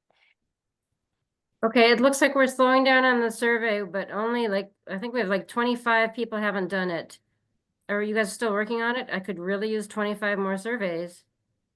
Polly, No, are you? I wanted to ask a question because the survey, there was only 4 questions. So I think maybe they're not online because it literally took 3 seconds to do it. But what I wanted to ask is we can talk about it later or whatever. Well, wait. Let's Okay. talk about the survey for a second. Okay, we're still getting. So you're thinking maybe people haven't done it, just aren't here anymore? Is that what you're thinking? Yes, because it really does not take long. Yeah, maybe that's all we're getting. If you're having trouble with your laptop or computer, just click get QR code and then open up your phone camera. And if you point your phone camera at the QR code, it'll open up a link on your phone. And that's how I did it. It's way easier that way. All right, well, we do seem to be stuck at 36, so maybe we're done. Okay. Can anybody show their thumb down if they're still not done? But I guess no, but you're saying probably nobody would not be done. That's what you're saying. Okay, I guess we'll wrap it up. I'd love to have 25 more, but I'm not gonna get them. Yeah, Lisa, Okay. I even put a lot of text in the last answer and I was done 10 minutes ago or whatever. Oh, no, okay, all right. I mean, I know you're hoping, but. I know, I can dream. A girl can dream. All right, thank you. I'm gonna hit click and pull. All right. And then, are there any fun results to share? Maybe not on this one. Yeah, because it's all okay, probably nothing to share. Okay, thank you guys. I really appreciate it. It helps me a lot. Okay, I think probably the main thing to do is let's talk about a vision for before, because we really need to go to committee reports, but let's just have a few thoughts, folks, about a vision. And you can put it in the chat because we are really running low on time. But let's have a few thoughts about a vision for a new Palisades. And I even want to shy away from rebuilt because that assumes built. But anyone even want to share your thoughts about a vision for a new Palisades? Yes, I do. Yes, Donna, go for it. Thank you. So I'm an architect by training and license. Well, there you go. And as well, I chaired the Pacific Palisades Design Review Board for 4 years. Well, even more perfect. I was on that journey there for about 10 years. And I'm also acting chair of the Pacific Palisades Historical Society. I'm deeply heartened by everyone's participation and activation for a sustainable solution to what we're looking at. But there's a couple of things I would like to remind people of, and that is, unless we champion a much larger approach to this, we will be swallowed up in the city process and kind of set aside. And so what I suggest, I mean, if you look at the politics of it, we have 3 very strong groups that are vying for attention. You have the Caruso Steadfast, you have the LA Times Patrick Sun, and then you have Soberoff, Evans Group, and the California Foundation, which is providing money. I think there are resources out there that would pay for a comprehensive master planning exercise, which the city, which we as a community should involve ourselves with. You need to work with, we all need to work with a really strong planning team that brings in architecture, urban planning, sustainability, civil. Because what we need to come up with is, what is the plan for Pacific Palisades? What are the rules? And who's going to own the narrative of this? I think it has to be the community that owns the narrative for looking at the total rebuild of Pacific Palisades. Rarely does any community get an opportunity, a complete tabula rasa on some of the areas, completely leveled. So from a historical society point of view, I can show you photographs of what it looks like in 1920 when there was nothing in the alphabet streets. So we are almost at that same par again. And now we have an opportunity to, not just for right now, build back right now, because nothing will be the same, right? I think everyone has come to that conclusion. We cannot build back what we had. We have to move forward. So that vision has to be, what is this going to look like in 10 years, 50, 100 years? We just had a 100-year run and it burned down for some very good reasons that we need to understand before we move forward. Comprehensive master plan would allow us to look with professionals at all of these issues and develop guidelines in our community plan, in our specific plan. The city of LA has passed just in summer 14-0 by the community council, the mobility plan for the city of Los Angeles. How does that affect us? Recode LA has been redoing all the zoning in the city of Los Angeles. Pacific Palisades is a part of the city of Los Angeles. We're going to be impacted by those density increases. So what happens to our roads, our access, our infrastructure?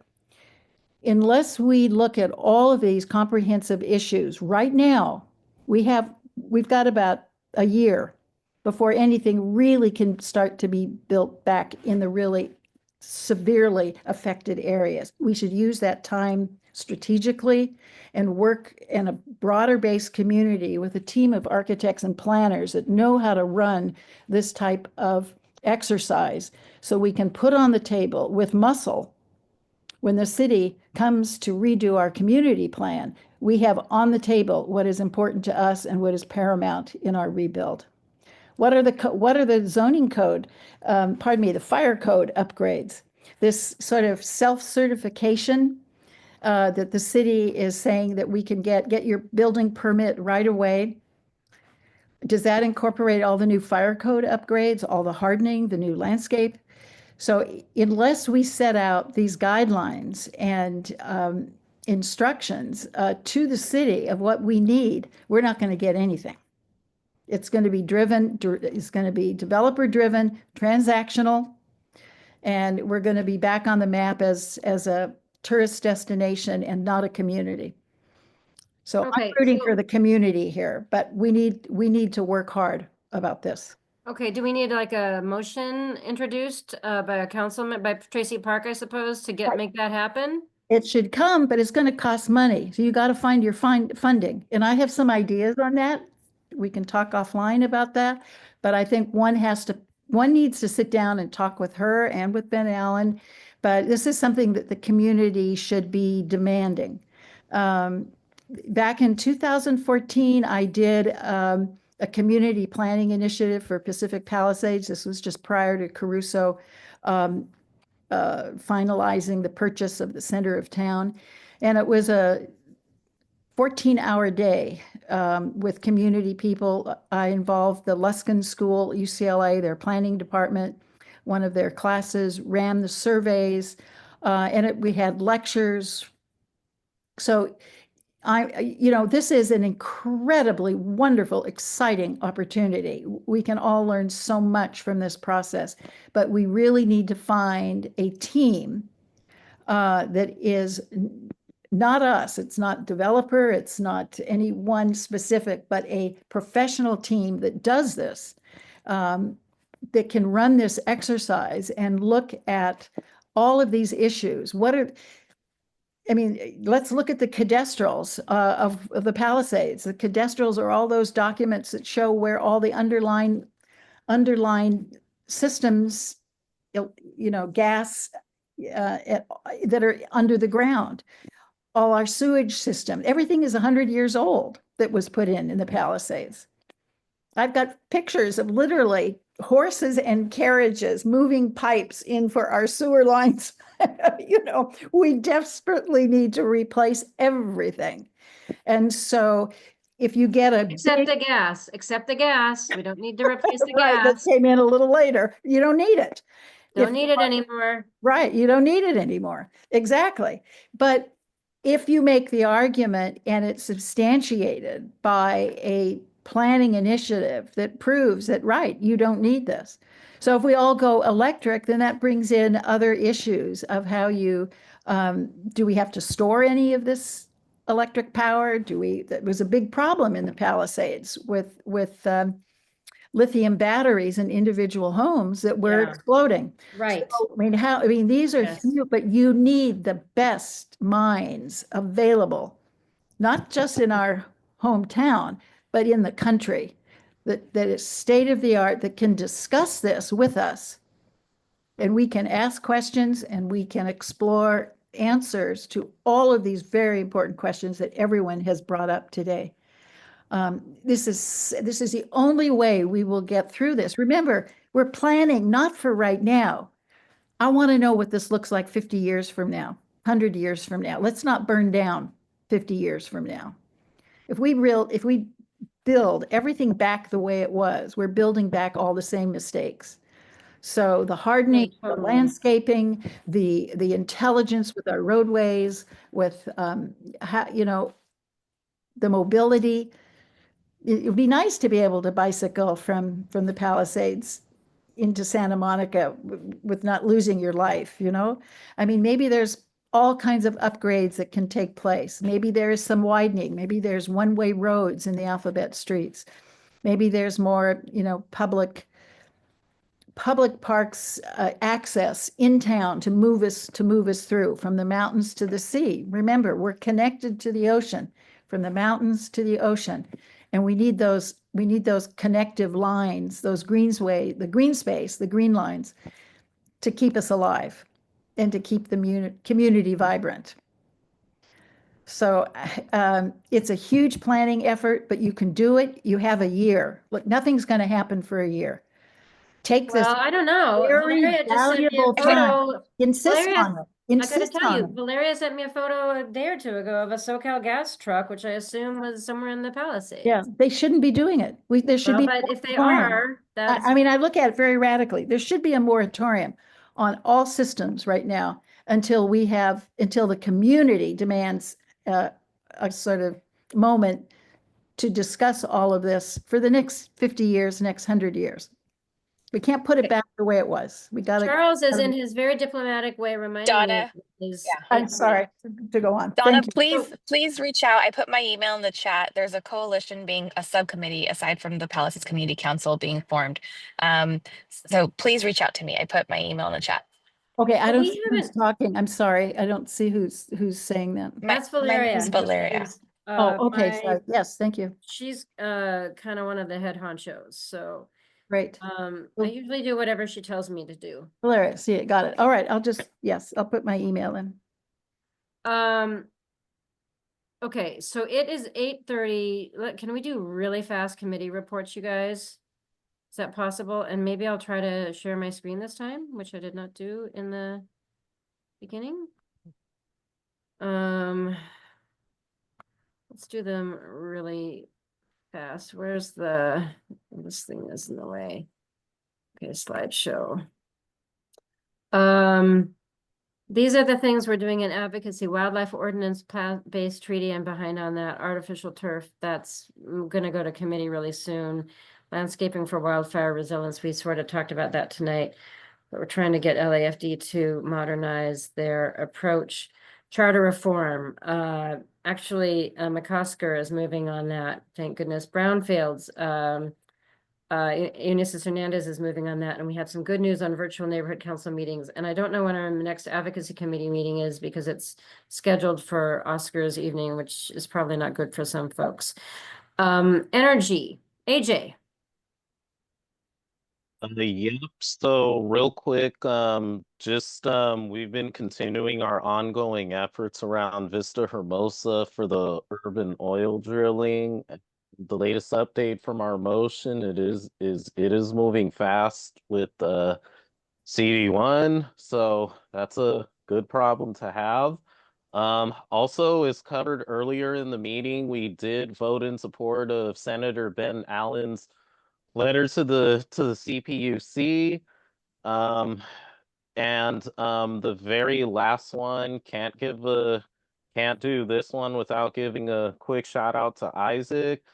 That we also voted in favor of the climate rebuild LA safe, and this is as far as focusing on political pressure at the local level. So that's it for my updates.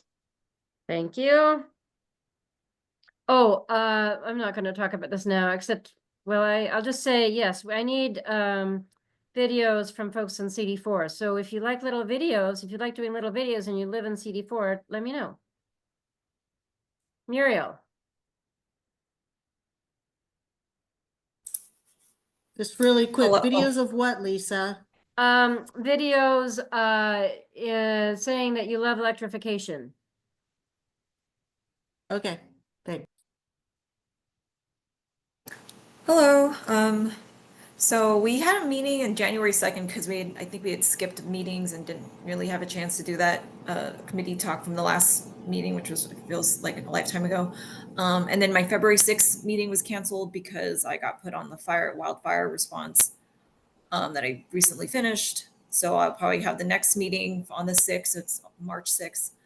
At our January meeting, we had talked about the Stop the Gondola Action Plan briefly, but also just other assorted things because it was just, it was literally the day after the first day of the year. So it was hard for me to scramble stuff for an agenda. But I would like everyone who was on the listserv that I emailed this afternoon to vote, to basically just say, we don't have to do a member-wide vote, but it would just be within the committee to vote whether or not the letter is aligned with HLA because we had already voted for it. And second, if we could it could just go through committee vote and then just straight to our board, and then we could just sign on at the HLA coalition for LA budget. So if you guys got that email this afternoon, please vote. And yeah, thank you. All right, Joanne. Thank you. The Trees Committee meets every other month on Zoom, and our next meeting will be in late March, probably one of the last 2 Saturdays. We haven't locked it down yet. We're updating a flyer depicting right and wrong ways to trim trees, and it's in the works. I'm working with Lisa Fimiani on that, who's a member of the committee. The Trees Committee will have a table at the Tarzana Neighborhood Council Earth Day Festival in Tarzana Park on Saturday, April 5th from 10 a.m. to 2 p.m. And I have a key to the EPA markings on trees that they're using in the Palisades in the fire zones. So if you want that key, it's a PDF. So I don't have a link to it, but if you email me at trees@ncsa.la, I'm happy to send you that PDF. It was given to me by the president of the Board of Public Works. The tree removal notices, as you know, are not sent out anymore. And I put the URL where you can find them. They're posted regularly by urban forestry. If you need any help in how to use it, please feel free to contact me and I can give you a little run through on how to do it. And my email is there if you want to get on the trees email list. I've been sending out information about fire fire issues in general.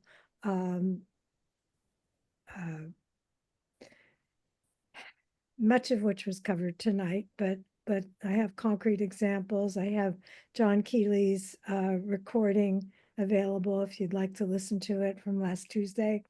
He's one of the foremost people in Southern California when it comes to fire resilience. And if you want a recording of our last trees committee meeting last January, email me. I'm happy to send you the link. Thanks so much. And if you need info or help on any tree issues, feel free to give me a email holler. Thank you. Okay, I think that's it. I think that's okay. All right. Any announcements? May I make an announcement regarding the trees? Yeah. Okay, so in Pacific Palisades, there's actually been a lot of mislabeling. Tetra Tech was one of the companies that was hired to do the removal and to, review the trees. Unfortunately, their arborists are not local. They don't know what species we have, and they've unfortunately been mislabeling a lot of the trees for condemnation. There's numerous chats that have been going on regarding this. So we have been talking to various people regarding that. I just want to make sure that the key labeling is something that has been under contention because that is not streamlined as well as it should be. So various local arborists, a group called Altadena Green put together proper signage and what should be, how trees should be handled. Joanne, I think you may be on that.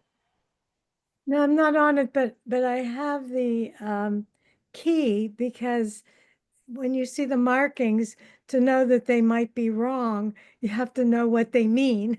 So if somebody wants the key to those markings, there's 5 different things that they use. And if you want that key, email me. And so if you see one that you don't agree with, then you know to protest it.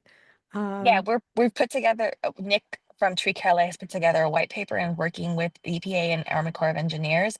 And specifically, they'll be going out and training these arborists. So there's a lot of, yeah. That's great. Okay. And if ones are already marked and you disagree, because they have marked some and they may be the people untrained, then what we need is, for people to stand up for what they want rather than just agree with it. They can get a second opinion maybe from another arborist. I think there may even be volunteer arborists that were willing to take a look. So, and I chair the city's Urban Forestry Commission.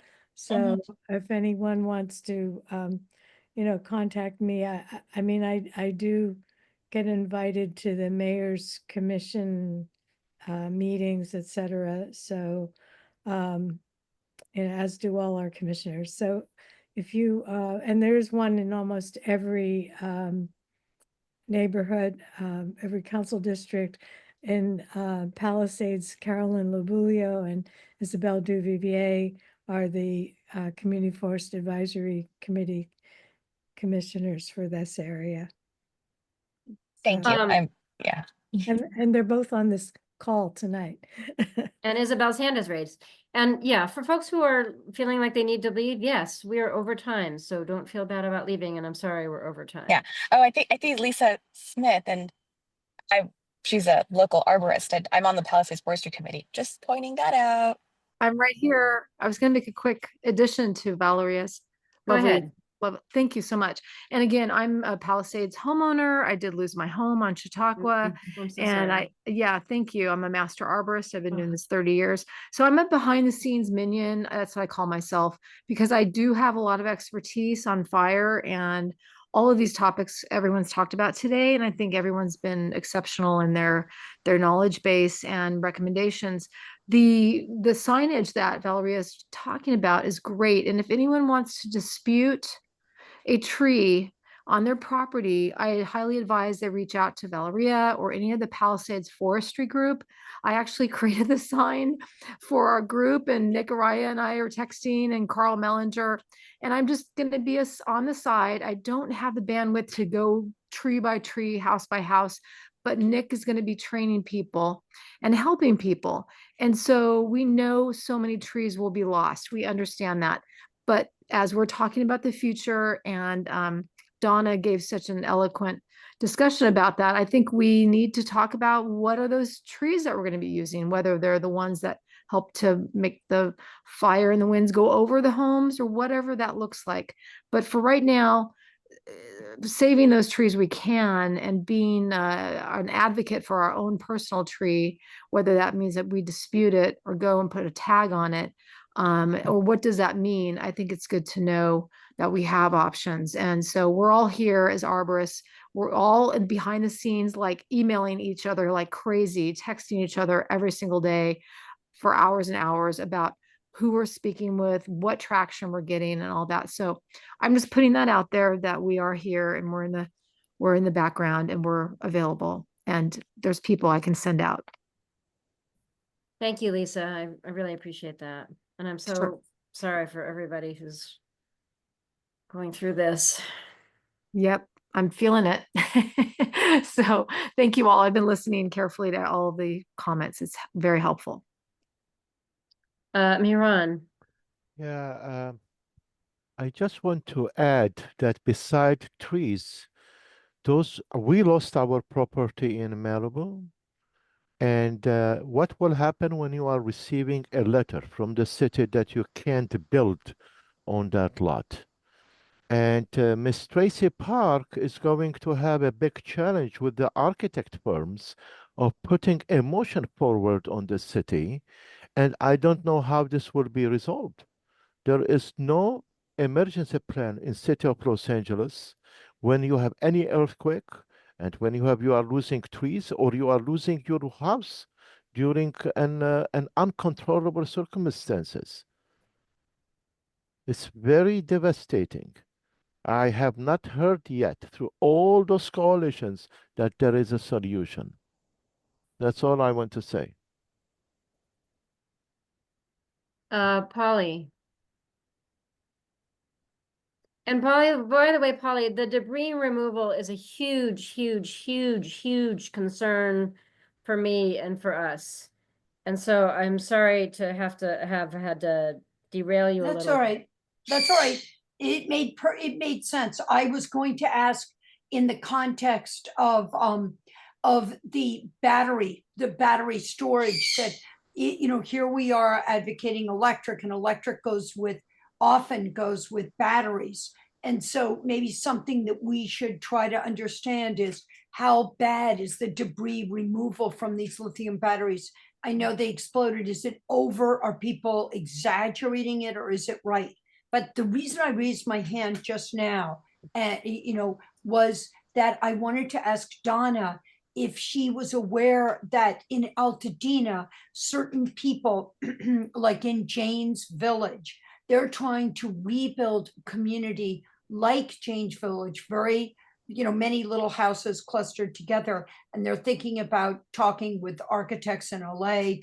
I don't know if that would be useful, but how can we help you? Or maybe Lisa's going to ask you how. It sounds like a fantastic idea to not let it be developer driven, but let it be driven by the community, what they want, how they want to rebuild it, and what can NCSA do to support you in this? Or maybe Lisa already knows.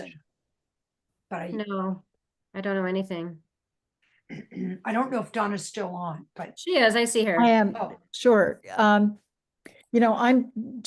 lost my house in the Palisades as well. It was oh, you did too. In the Alphabet Streets, a wonderful little house built in 1937 that my godmother bought for $15,000.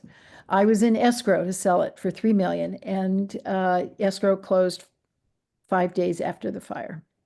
So, you know, Oh my gosh. poof, you know. So what's interesting in this exercise is the modesty of the house and the incredible escalation of price in the Palisades. So I encourage everyone who has lost their home to understand that the longer, and Altadena as well, the longer you can hang in here, the more valuable your house and property will become over time. So this scare that I've heard mentioned by some developers, that generational growth and older folks in the Palisades, you know, are not going to be able to afford to keep their houses and they should sell. Well, you're selling at a 40 to 50%, 30% loss at the moment. But if we hang on, it will be even more valuable. I know Altadena is looking at some really interesting models of kit houses. This is just one minor solution in a big envelope of things. But there are interesting companies that are looking at some type of modular construction. And literally in the smaller houses, the build back is not unlike what was done in post World War II in the Valley, when they had to build, you know, blocks and blocks of houses. And you would set up a plan and do foundations, and oh, okay, all the foundations are basically the same for all of these houses, and they could, you know, they could form them up and pour, you know, 30 houses in a month, rather than this every individual house building back, you know, by themselves. I also reviewed for the Civic League, which is track 9300, 9100 in the Palisades residential houses. They were all unique, but you know what? They basically all look the same. You know, you go in the front door, the living room is right or left, the kitchen is down the hall, it opens up to a big den living room. You go upstairs, there's 4 bedrooms, there's a bathroom. They're basically the same. So I'm thinking there's a lot of rebuild that could be done, that can be standardized, that would save a lot of money, time and money, right? Cost and speed, I think Brad Sherman said. So it's a really interesting problem. I think Altadena is looking at it. I don't know if the Palisades is so, you know, they consider themselves so special in many ways, whether this approach would be appealing. But again, there's opportunities to discuss this and explore who is doing what. And are there any models that we can look at that would be helpful? I don't know, it doesn't really quite answer your question, but yeah, it's on the table, these ideas, as well as an association of houses like Crestwood Hills in Brentwood that was developed in the 40s, where there was a financial entity that came in and bought land and then allowed participants to buy the properties, or an association that would allow families to sell their property at what the value would be as of January 5th, minus, let's say, their insurance, but to get certain money out with the right to buy back. And if not, that association would keep it and rise with the increase in value. So it would be a self-perpetuating fund for development for houses in the Palisades. Now that would be not a developer, certainly developers are not going to be interested in that, or speculative builders, but it might give residents who want to build back, that don't have the money to do that, to start looking at some economic partnerships in an association. Now, I'm not a banker, but it seems, you know, we all rise with the tide. And so we're all hanging on to very, very valuable property, whether we're Pacific Palisades or Altadena. If we hang on, we will win. That's very interesting. Wow, I just realized there are no hands raised. That's fascinating. Wait. Okay, so we have some announcements to make. Charles, you need to make your announcement, and I have a couple to make. Well, someone lowered my hand, so I figured you're like, hey, we have to wrap No, up. I didn't Okay. lower them. Oh, all right, right. I did So, not lower them. I don't know what happened. I did Lawn not. to Habitat. I put it in the chat, but it is still back in the chat, or you can go to ncsa.la and sign up there. March 8th and 9th, we are taking a multifamily residential home, which is the most common form of housing in Los Angeles, and a high water use lawn and tropical plants. We are converting it to 100% California native plants and a sustainable new yard with bioswales that will capture the downspout drains from the building, and will be a wonderful opportunity to learn about how you can make a sustainable and healthy and in support of biodiversity yard as part of the habitat that you are putting into the urban environment. There are shifts all day Saturday, all day Sunday. Please come if you can. This does apply to our conversation tonight, because if you are connected to anyone who's considering building back in the future, there's some really great information on how you can do that in a way that's not only good for fire resilience, but it's also good for supporting biodiversity and being sustainable and doing all the things that we want to do. And at the same time, you'll get butterflies in your yard. So that's very cool. If you have any questions, you can contact us through the website. Thank you. And that's a super exciting thing. We did it last year and we had I think it was such a fun event, you guys. I just think it is really fun, which I think most of us could use a little more of. I'm realizing that my chat, I think when I'm struggling, why can I not put something in the chat? Because something's stuck. So I'm going to try to put something in the chat, or somebody could do it for me, or maybe I should close out of this and try to start over. I'm going to try to tell you guys about, somebody was, oh no, that's not going to work. How do I get out? I don't want to send anything. Sorry. God, I cannot do it. Stuck. Oh, I know what I need to do. It's going to take me a minute. Send chat to meeting group chat. Is that it? I guess so.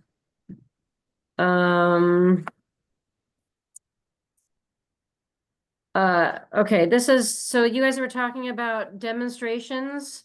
That's what I've been spending, it feels like my whole life. I did a neighborhood induction stove demonstration today. It was super, super fun. And we're gonna do one at Besties this Sunday, Oscar Sunday. They're really fun. And which was rescheduled from the fires, and we're doing something, we are also doing a rescheduled home electrification rebates workshop on the 16th, which I'll also put in the chat.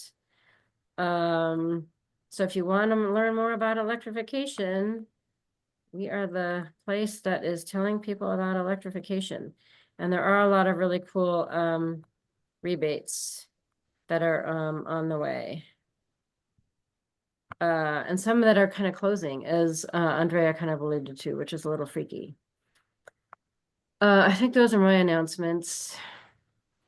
And thank you, Alex. Any other? And this is all with our grant from DWP, I should mention, since we have Commissioner Katz, who might still be with us. Any other last minute announcements? Oh, Glenn, go for it. Yeah, for those who are neighborhood council board members, you should have received an e-blast about a week or so ago from the department. For those who are not, just know that they're doing an empowering neighborhood councils regarding the city budget on Thursday, March 6th, 6 p.m. via Zoom. Hopefully it's on their Empower LA calendar. If not, maybe NCSA can put it up. So it's similar to what they did last time. They called it Budget 101. It's basically the introductory for the city's budget process. Last year they did the NMA, which was after the budget process. This year it was supposed to be in January, but got delayed because of the wildfires. But they're doing it on the 6th. So it's open to everyone, that, board members, stakeholders, anyone who wants to get engaged with the city's budget process that will launch when the mayor releases her budget on or about April 20th this year. Thank you. Thank you. And I didn't finish reading it, but I saw that Mejia wrote a little, his what would you call it? Some recommendations about what to do about the budget, which was like an overhaul of the budget process that would help us get out of our never-ending pickle, I guess. Yes, and I believe he's having a session this coming Thursday. Oh, Um, he's really good. I think he's better than most folks at breaking down how the budget works. I think that's how he won. He did his social media was just fantastic. I mean, I think that's how he won. Anyway, that's my little commentary for what it's worth. Okay. Thank you guys. I think this is gonna be so hard to figure out how we go through. We have what, 4 or 5 or more different, probably competing groups trying to figure out how we move forward. So many different ideas, many competing ideas. I appreciate the Rebuild LA S.A.F.E effort. I think we'll end up signing on in the very near future. I really want to support Resilient Palisades. I know they don't have a lot of capacity for obvious reasons. We don't have a lot of capacity, but we will do what we can to support them. And we'll figure this out. Because we have to. Lisa, can I want to support them too. I think one of the best ways we can support folks, I mean, let them lead and tell us that, but I feel like one of the best ways is to make sure that they're getting the best accurate information. That's my big concern right now, is all of this competing information and misinformation, and it's when you're traumatized, that is kind of another way to re-traumatize people. I feel like there's a message there that I might not be understanding. I feel like Resilient Palisades folks are very well educated. I am not worried that they are getting misinformation. Okay, well, that could be true. I just know that there is a lot of inconsistent information out there. And, I'm not assuming that they can navigate it or not navigate it. Okay. We have to be very, what's the word I'm looking for? Very Vigilant? careful about, what's needs to be choosy about what information that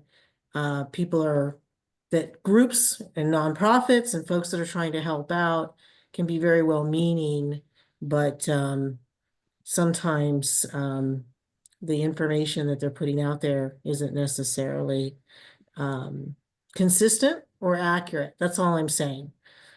Yeah, I guess I think that in a group like this network, we have people very smart, very savvy people. Like, I'm just looking at the faces I see right here. Like Sean and Charles and Narit, or how I should probably in this room call Commissioner Katz, and you and Stephanie and Donna, who I just met, like people who are, and Andrea. I mean, my gosh, you could just go on. People who are, and Joanne, people 30 minutes over. Yes, but people want to keep talking. Okay, I'll shut up. People, I mean, people who are you're always very complimentary of the people on these calls, and I appreciate that. I just can tell you that I've been talking to a lot of folks. I've been on the phone with people crying who've lost their houses, and this is the feedback I'm getting from them. That they're getting different information that isn't consistent. And so, and I can see that happening too. So we just have to be very selective. That's all I'm saying. More information is not necessarily better in a situation like this. Okay, well, maybe I don't know how to respond, but we're gonna end. Sean, do you want to say the last final words? Well, I'm just going to say, again, thanks for everyone checking out the Rebuild LA S.A.F.E campaign. If you haven't signed it and you support it, I would love you to sign it at a personal level.